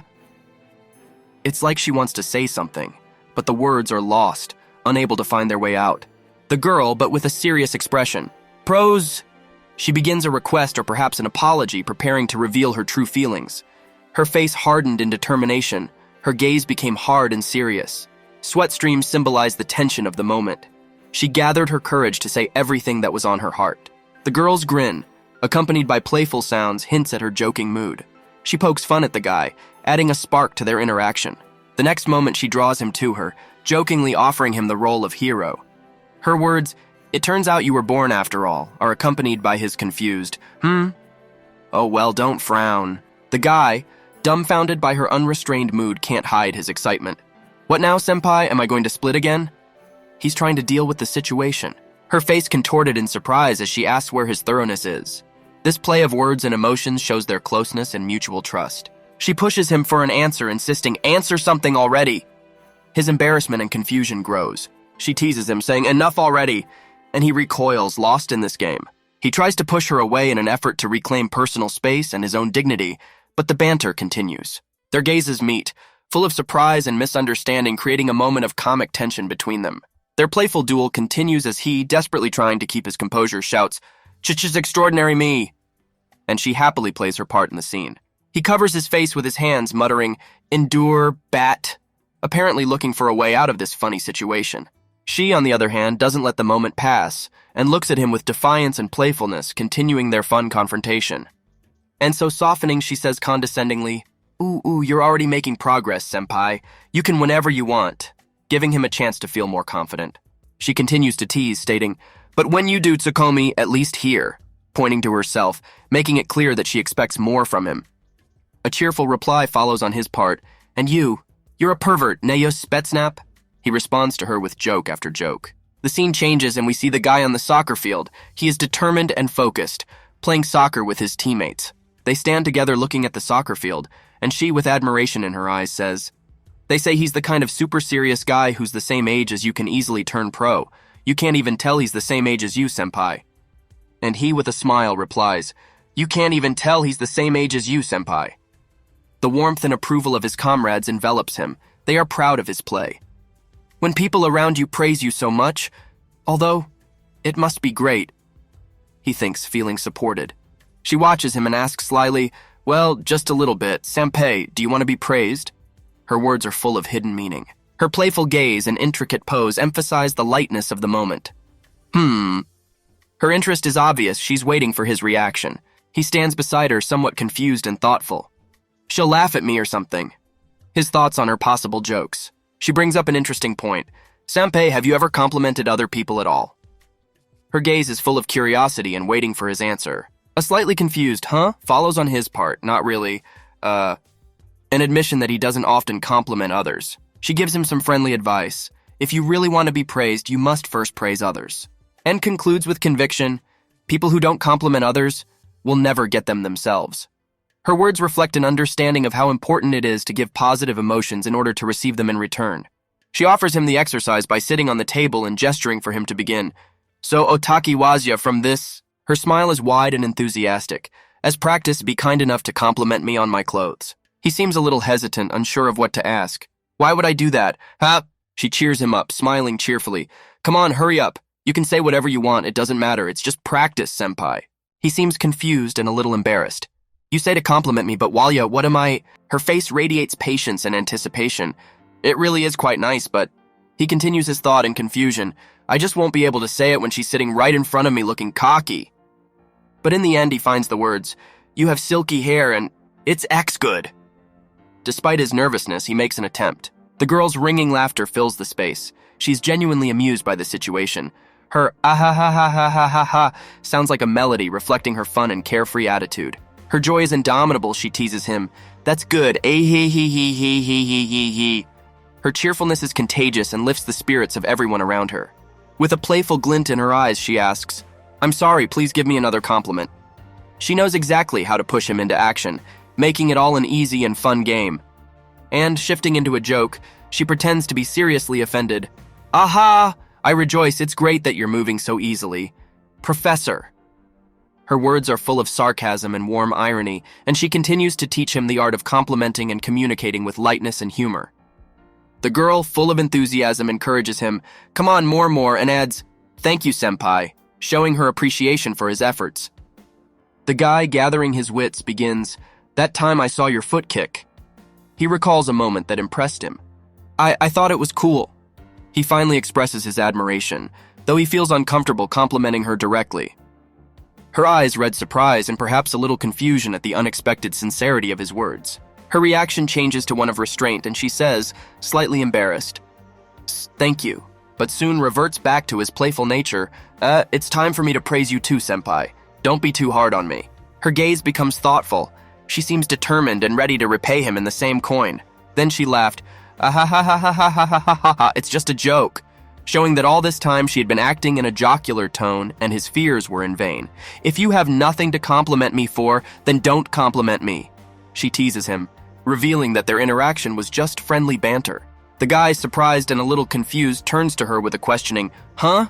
Apparently he didn't expect her to continue this compliment game. The girl, with a smile and lightness in her eyes, replies, you have an interesting sweetheart. She compliments him, which seems sincere and kind. She continues, watching his reaction, your facial expressions are interesting, senpai. Her words sound like an admonition to his ability to be expressive and emotional. The guy seems to get even more embarrassed under her gaze. Every time someone looks at you, you look down and start twitching. His reaction emphasizes his shyness and perhaps some insecurity. She continues to play with his emotions, watching his confusion and uncertainty, adding play to their interactions. The girl cheerfully points out his nervousness. You started twitching. Ah, look. Her energy and excitement makes her glow with joy seeing his reaction. The guy tries to justify himself, trying to hide his excitement, but just eyes itchy. His confusion and bewilderment only adds to her amusement. She doesn't hold back and laughs, saying, I've unintentionally brought the senpai to tears again. What? I'm not crying. His reaction is full of confusion and bewilderment, but at the same time he seems touched by her attention and concern. There are cheers in the hallways of the school.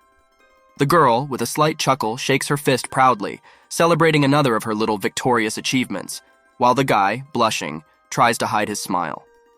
Her lightheartedness and joy is his source of inspiration. They're both in art class. A focused boy portrays a girl who lies in front of him in a modeling pose. She watches him through half-closed eyes, and in that gaze is quiet support. He is immersed in his work, his gaze focused on the details of the drawing. Each of his strokes is not just a line on paper, it is his way of speaking to the world without using words. Her gaze is soft and full of affection. She smiles, and in that smile is hidden everything, and warmth and light, and the very casual joy she shares with everyone around her. The school festival is in full swing, and the girl is happy to see a bunch of candy. Her eyes glow with joy, and her smile is infectious. Candy! She exclaims, and all her childish excitement and anticipation of the holiday is hidden in that cry. She turns to the boy, holding out a lollipop to him, genuinely enjoying the small joys of life. So cute, she says, and her voice sounds like music to those who hear. The boy is embarrassed, his words sticking in his throat. Thank you, he utters, and though he tries to hide his feelings behind a mask of indifference, his gratitude speaks for itself. But something inside him is changing. He feels a kind of uneasiness. It's not because of the good day, he thinks, and we realize that his heart is beating more frequently. And the reason for that is not just because of the candy. With a smile full of mischief, the girl challenges the young man by playfully wiggling the candy in front of his face. You're being dishonest with yourself, doubt less, she says, teasing his modesty and doubts. He looks at her puzzled, trying to unravel the deeper meaning of her words. What does candy mean? He asks, feeling himself involved in a game whose rules he doesn't know. You're playing with me, she says with a wide smile, and the anticipation of a response glows in her eyes. That's what they mean, he thinks, realizing that every moment around her is a game that he, despite all his misgivings, is already a part of. The game of words, the game of looks goes on. I don't know what their meaning is, the boy stuttered, trying to evade a direct answer, but his confusion gave him away. The girl, not missing a moment, remarks with a chuckle, Oh no, I took the vile love candy smepai tilde. Her sneer is light and harmless, but she knows exactly what she's doing. Is that right? The guy can't help himself and responds to her joke. Have you considered confessing to me, seizing the moment? His words are confused, but interest is evident in his eyes. She doesn't relent, continuing the game. I'll replace them, he exclaims, trying to maintain control. Bring it back, he demands, but his seriousness is feigned. Their gazes meet and she whispers, love, a word full of tenderness and playfulness, a word that in their little universal joke was now something more. The taste of sweet victory can be felt in every girl's smile when she says yummy, and there is more than just the taste of candy hidden in that word. Hold it yourself. The boy is jokingly indignant, but his eyes play with amusement. Smapai, get it lower, please. He continues the game, though his heart beats faster at the proximity of her face. He stands at the threshold of the dining room, remembering, I decided to give it a try and came here in the city alone, except... His musings are cut short in the face of reality. The school cafeteria stretches out in front of him, full of noise and life, a place where every meal turns into another episode of their friendly battle for the best moment of the day. The dining room greets him with a boisterous hum and laughter. Looks like Pin Yu, cheerfully shouts the girl, inviting him to join her friends for lunch. Her smile is infectious, and it's clear he's not alone here. She winks at him, and there's as much friendship hidden in that gesture as good-natured teasing. At this school, every day is a chance for new jokes and games. And here he is, surrounded by fun and friendly banter that makes his heart beat faster with excitement and a little embarrassment. Only trouble awaits me there, he thinks, but his face expresses a hidden joy at the adventure ahead. Who's the type? His friends ask, watching him. Ah, the manga guy. They have fun understanding his secret passion for drawing and art. With each step he takes, the tension grows. He approaches the table, his face expressing a mixed emotion of indecision and determination, preparing for unpredictable conversations. Since I've been invited, I'll finish quickly and leave, he says, trying to hide his excitement behind a mask of indifference. But deep down inside, he treasures those moments of companionship. In the meantime, I can't escape, he thinks, realizing that his attempt to stay away is futile. He's already part of their world, part of their history. Are you afraid? A classmate playfully teases him, while another watches with a smirk. Their interest in his personality and his drawings makes him the unwitting hero of their daily school adventures. A mischievous smile plays on the girl's face, full of confidence and zest. We're dating Tilda. Her words, drenched in playfulness, make the guy blush, and he involuntarily smiles back despite his embarrassment. Sampei! She addresses him with affectionate respect, and in her tone she sounds not only a joke, but a sincere feeling. Their camaraderie, full of warm jokes and innuendo, continues, leaving room for the friendly banter and laughter that unites them in this high school world of adventure and discovery. Classmates are watching this scene, their faces expressing surprise and bewilderment. In their eyes, you can read a genuine interest in the dialogue going on, and maybe a little envy at the unexpected attention the girl is paying to the guy. The girl continues in a joking tone, "Don't you want to date me too?" Her words cause confusion in the guy, but a spark of humor flashes in his eyes. Her gaze becomes more intense as she waits for his reaction, and his embarrassment only adds to the poignancy of the moment. The infectious laughter of a classmate fills the atmosphere, their joy and amusement taking over the entire dining room. So funny! They can't contain their merriment, enjoying this light and fun moment. Attention! A virgin on the path of shredding! They joke, and every word they say adds spice to the friendly banter. The girl continues in the same spirit. Her laughter and smile make this day unforgettable for the guy who, despite all his shyness, also can't resist smiling. The classmates continue their banter. More like an animal, so how about it? Cheerfully asks one, turning to the other. Animal! The other one picks up her cheerful attitude. That cheerful tone makes the girl say, "That older comrade of yours doesn't look so good." She looks at the guy with a smile, who at this point seems confused by their sudden attention.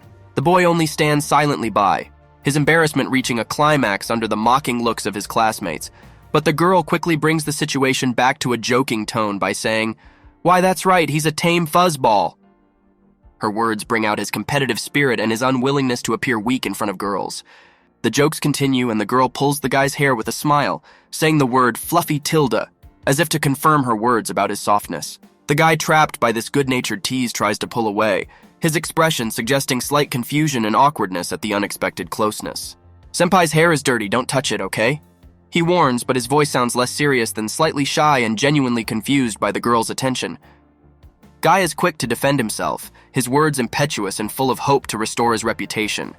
"Oh, gently, is someone dirty? I wash them every day, just so you know." A classmate exclaimed with a smile, "Sauga!" teasing his sudden burst of seriousness and his reaction to the joke. "I'll give you a carrot, biter." The other joked, offering him a carrot as a sign of reconciliation and a continuation of their hilarious dialogue. Who's Sasa who? Guy tries to maintain control of the situation, but his attempts seem unsuccessful in the face of their jovial mood. You're a Sauga now, senpai. Now he is no longer just a classmate, but a Sauga, their personal and friendly meme, a symbol of their camaraderie and hilarious banter. The girl's energy and enthusiasm is boundless as she screams with joy, "Let's get to work!" calling everyone to action and fun. With a sense of unity and camaraderie, they clap their hands cheerfully, creating a bond between them that speaks volumes. They are not only classmates, but good friends. You can catch a slight smile from under the guy's bowed head. Perhaps he's beginning to find joy in this friendly interaction and mischief. There is an atmosphere of friendship in the school canteen.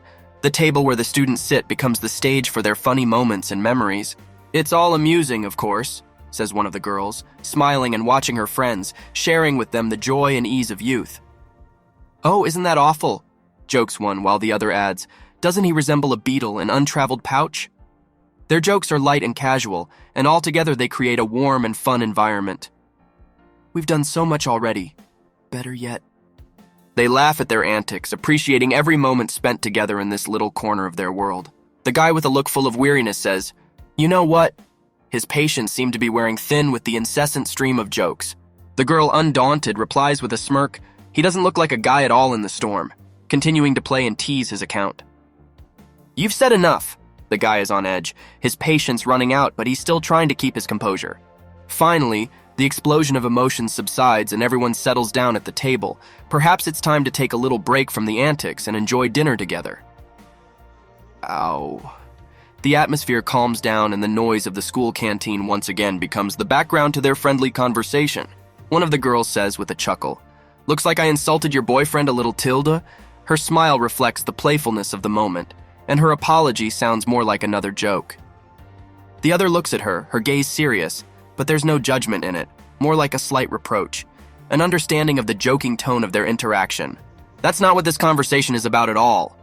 The guy tries to shift his attention from jokes to something more serious, but his stance doesn't seem so convincing anymore. Question marks hang in the air as all three collide glances, and the tone of the conversation hovers on the line between a joke and an actual misunderstanding. Her rival, though stern-looking, was no less worthy of respect. The eyes of those around him were fixed on this confrontation, and among them was one young man whose excitement was reflected in every feature of his face. He was clearly worried about the outcome of the duel. "Nagatoro," he barely audibly whispered as he watched the girl who stood in front of the warrior. His eyes reflected not only anxiety but also quiet pride. "She's pissed now," he thought as he saw Nagatoro's gaze become even more determined. It was the look of a man who would not back down or show weakness in the face of a challenge. And so there they stood, one opposite the other, young man and girl, confusion and determination intertwined in their gazes. The battle of the great warriors promised to change not only their fates, but the fate of the entire world. The three friends were discussing the latest news, their eyes full of curiosity and excitement. Listen to this," one of them began, but the words froze in the air as all attention turned to the young man at the table, who seemed confused by his own thoughts. "Actually, I'm not Nagatoro's boyfriend," he admitted, his voice full of embarrassment and uncertainty. He could feel the weight of the gazes staring at him. The three friends exchanged glances, their faces reflecting a mixture of surprise and bewilderment. How could they be wrong? How could such a story have come about? And so our heroes sat at the school desk, absorbed in a heated discussion. There was life boiling around them, and every moment could be the beginning of a new story. Lunch break at school was the perfect time not only for food, but also for friendly conversation. The girls surrounded the young man, their faces glowing with surprise and joy. "Yes, Mano?" they asked, but he continued eating, trying to avoid unnecessary attention. "Are you sure you've thought this through?" one of her friends asked insistently, her voice full of wariness and doubt. "You've got as good a chance as anyone in the course." The young man seemed to be on the verge of capitulating under the weight of their questions. "I just said we weren't really dating, that's all." His voice trembled and his face flushed. The girls looked at him with bewilderment. Their faces expressed complete incomprehension. How could it be that their perceptions of events were so far removed from reality? The school cafeteria was filled with laughter and cheerful homonymy. "And the family seems to be interesting," joked one of the girls, animatedly discussing recent events. The young man, meanwhile, was completely absorbed in his thoughts, his face expressing bewilderment and confusion at everything that was happening around him. "Gathering to play!" exclaimed the energetic girl, her eyes shining with excitement and anticipation of the new entertainment. "What other game?" the young man asked, feeling that he would not be able to rest from his adventures. "It's called Get on the List," she explained excitedly, and the young man only managed to raise an eyebrow in surprise. Every day at school was full of surprises and new discoveries. "You need to find where your opponent's clothing imprints the nipple," she explained, smiling slyly. The rules of the game seemed simple, but the young man clearly didn't like it. "What the hell is that?" he mumbled, realizing that he was not going to get any peace of mind. The game began, and the girl, full of determination, made her move. "That's it," she exclaimed, causing the young man to bounce back in surprise. "How's that?" she asked, laughing and continuing the game. "It won't do at all," he objected, trying to pull her hand away. Their friendly pranks continued, filling their school days with joy and laughter. "Another crooked virgin, senpai, as always," the girls teased, seeing their classmates' confusion. The game they proposed was just another prank, making everyone laugh. "I'll drive alone then," declared one of them, determined to control the situation and direct the game. "A miss means victory is yours. How's that sound?" she continued, offering the terms of a game that was something like a high school version of Truth or Action. "No, you don't," she exclaimed with a smile, waving away her classmates' objections. "There's a lavish prize waiting for you," she added, engaging him in a game that promised to be full of surprises and tasks. The tension was building in the game, and the young man began to realize that his girlfriend was willing to do anything to win. She was showing off a ticket that had something written on it that caused her obvious pleasure. "One ticket, pure history that pokes fun," she read, anticipating his reaction. "If you take water when I tease you again," she began, hinting at the next step in their bantering battle. "And I won't think small," he replied, trying to keep a serious face in the face of her art of provocation. "Though you can stop me at once," she continued, raising the stakes of the game, showing that she wasn't going to give in without a fight. "You can make me do far more inaccurate things," he said, but his tone suggested he wasn't so opposed to such trials. "However, instead of such a boring method," she began, planning her next move that would no doubt add intrigue to their school days. The school atmosphere was full of laughter and lightheartedness as friends continued their fun. "When I'm in the kitchen room?" the young man asked in surprise, trying to understand his friend's joke. She, for her part, continued to have fun, offering a new twist on their game. "You don't have to do that," he objected, trying to keep control of the situation, but his girlfriend was already into the game and wasn't about to stop. "But since these can be stopped," she said, smirking and relishing the opportunity to joke with him even more. "Now that's my family, of course you're in," she stated, confirming that jokes and games were part of their friendship, which everyone was willing to participate in. "Yet deal, I'm playing." He finally gave in, accepting the game challenge. With each passing day, their school life was filled with new stories full of humor and good-natured teasing. The school hallways became the arena for a new chapter of their game. "And don't fight back, no hands, understand?" the girl said sternly, pointing to the rules of the next challenge. Her eyes sparkled with anticipation of new jokes. "Great, now we're stupid," she began, but her words were cut short by the young man's facial expressions, who was clearly feeling stranded. "Right," he replied, his face expressing mixed feelings. He was between confusion and agreement. "We're only playing one round, right?"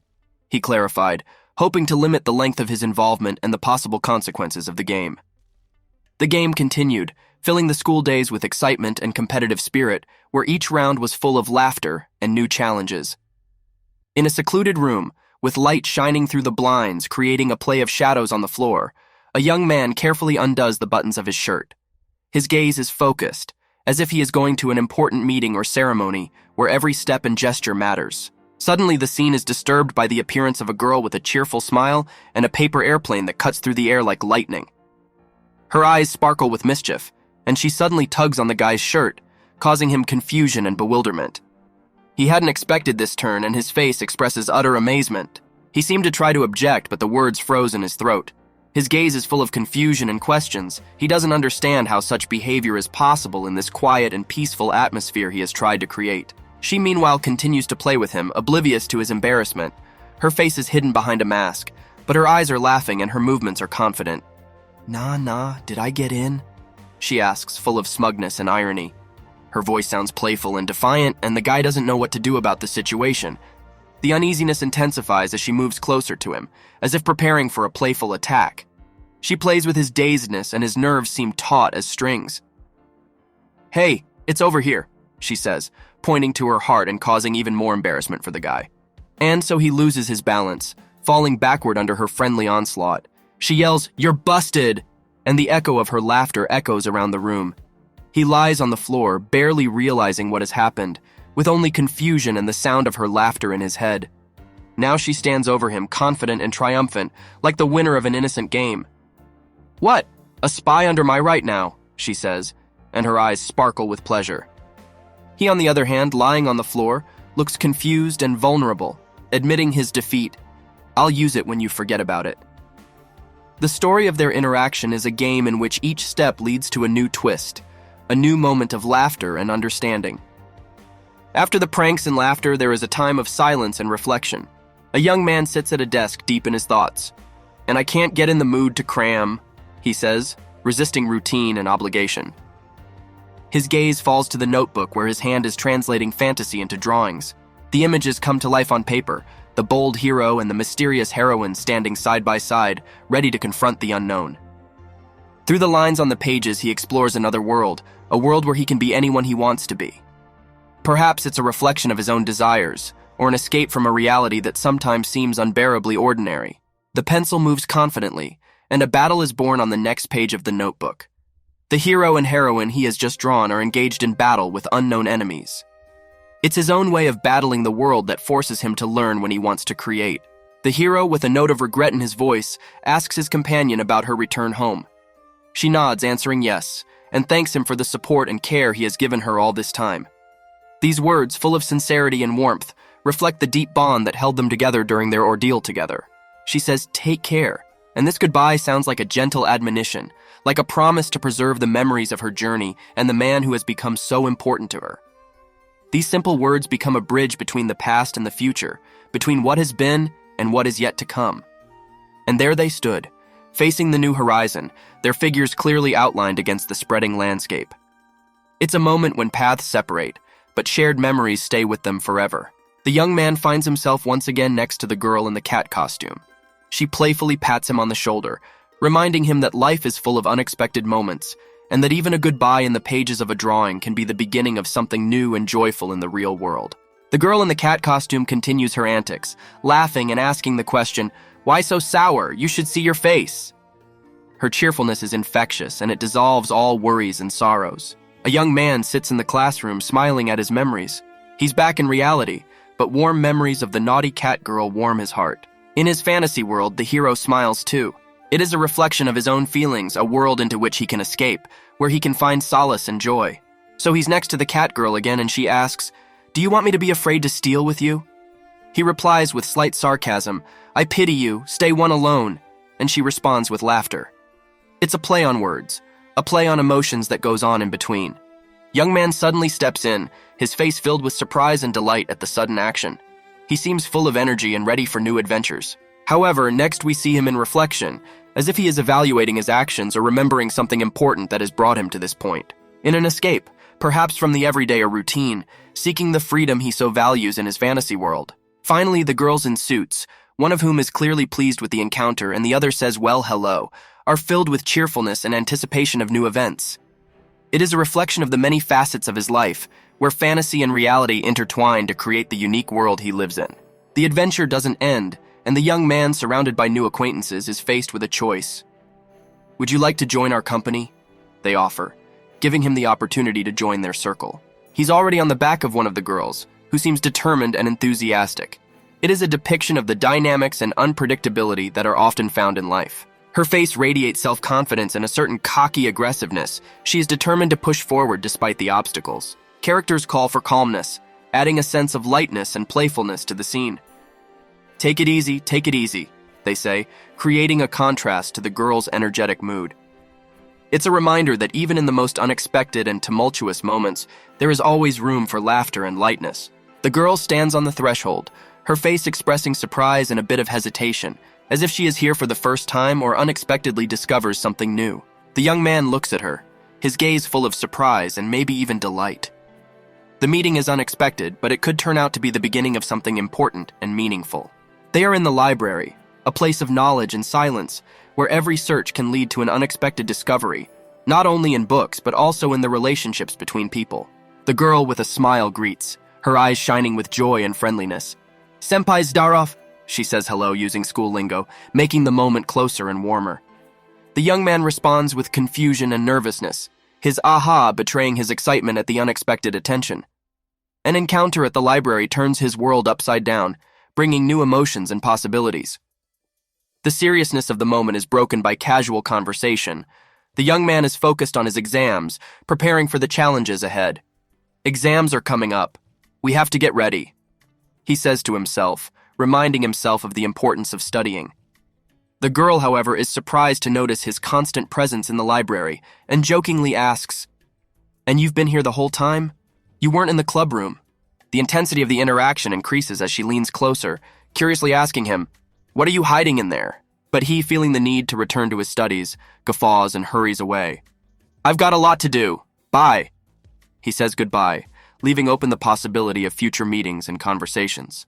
Left alone, the girl discovers something that makes her eyes widen with surprise. Her hands shake with excitement as she picks up a notebook full of drawings. On the pages, she sees herself drawn in a dynamic and fun way that makes her heart beat faster. He portrayed her as energetic and lively as if she were a manga character herself. Her eyes widen with amazement and delight, a reaction so strong that the paper seems to fly right out of the notebook. She can't believe what she's seeing. But then she is overcome with warmth and joy. She smiles as she holds the notebook, her face glowing with happiness. This moment sticks in the memory as something special, a symbol of mutual sympathy and creativity. The girl runs away, full of delight and joy, her laughter resounding in the air. In her hands, she holds a notebook that seems to be the source of her happiness. The young man, for his part, stands back, perhaps unaware of the excitement he has caused with his drawings. But here the girl catches up with him, her eyes full of surprise and amusement. "What's that? What's that all about?" She can't hide her excitement, and mischievously she points to the drawing, claiming, "But that's definitely your doodle, senpai." Her enthusiasm is infectious, and she is full of intentions to share this moment with him, even if he himself is confused by it. The girl continues her game. She pokes fun at the drawing, showing it to the young man. "Cat's ear?" she asks with obvious interest and genuine surprise, pointing to the drawing. His denial, "Not true," sounds more like a confused protest than a confident response. She's in the doorway with a smile and a mischievous look. She calls him senpai again, establishing a special bond between them. The young man is once again immersed in his work, but the girl does not miss the opportunity to tease. "You're drawing something boring again?" Full of energy and ready for new adventures, which is reflected in her dynamic pose and facial expression full of anticipation and joy. These moments together paint a picture of their interactions, humorous, friendly, and full of inspiration. We are faced with a scene full of understatement and sensual tension. The young man seems to be caught off guard, his eyes full of confusion and his heart beating at an accelerated rhythm. You can tell by the visual image of his pulse. The girl, on the other hand, looks thoughtful and sly at the same time. Her words, what does it look like?" Filled with curiosity and playfulness, she's clearly waiting for some kind of reaction that might give away the depth of his feelings or thoughts. He, on the other hand, is confused and bewildered, trying to cope with the sudden onslaught of emotions. His shyness and insecurity become almost palpable at this point. The young man, covered in a blush of embarrassment, confesses, "Well, looks beautiful." His heart continues to beat frantically, reflecting the storm of emotions inside. The girl glows with happiness, her smile spreading warmth. "Thank you, senpai," she says, and her gratitude is filled with sincerity and ease. This exchange of moments between them is captured in simple but meaningful words and gestures.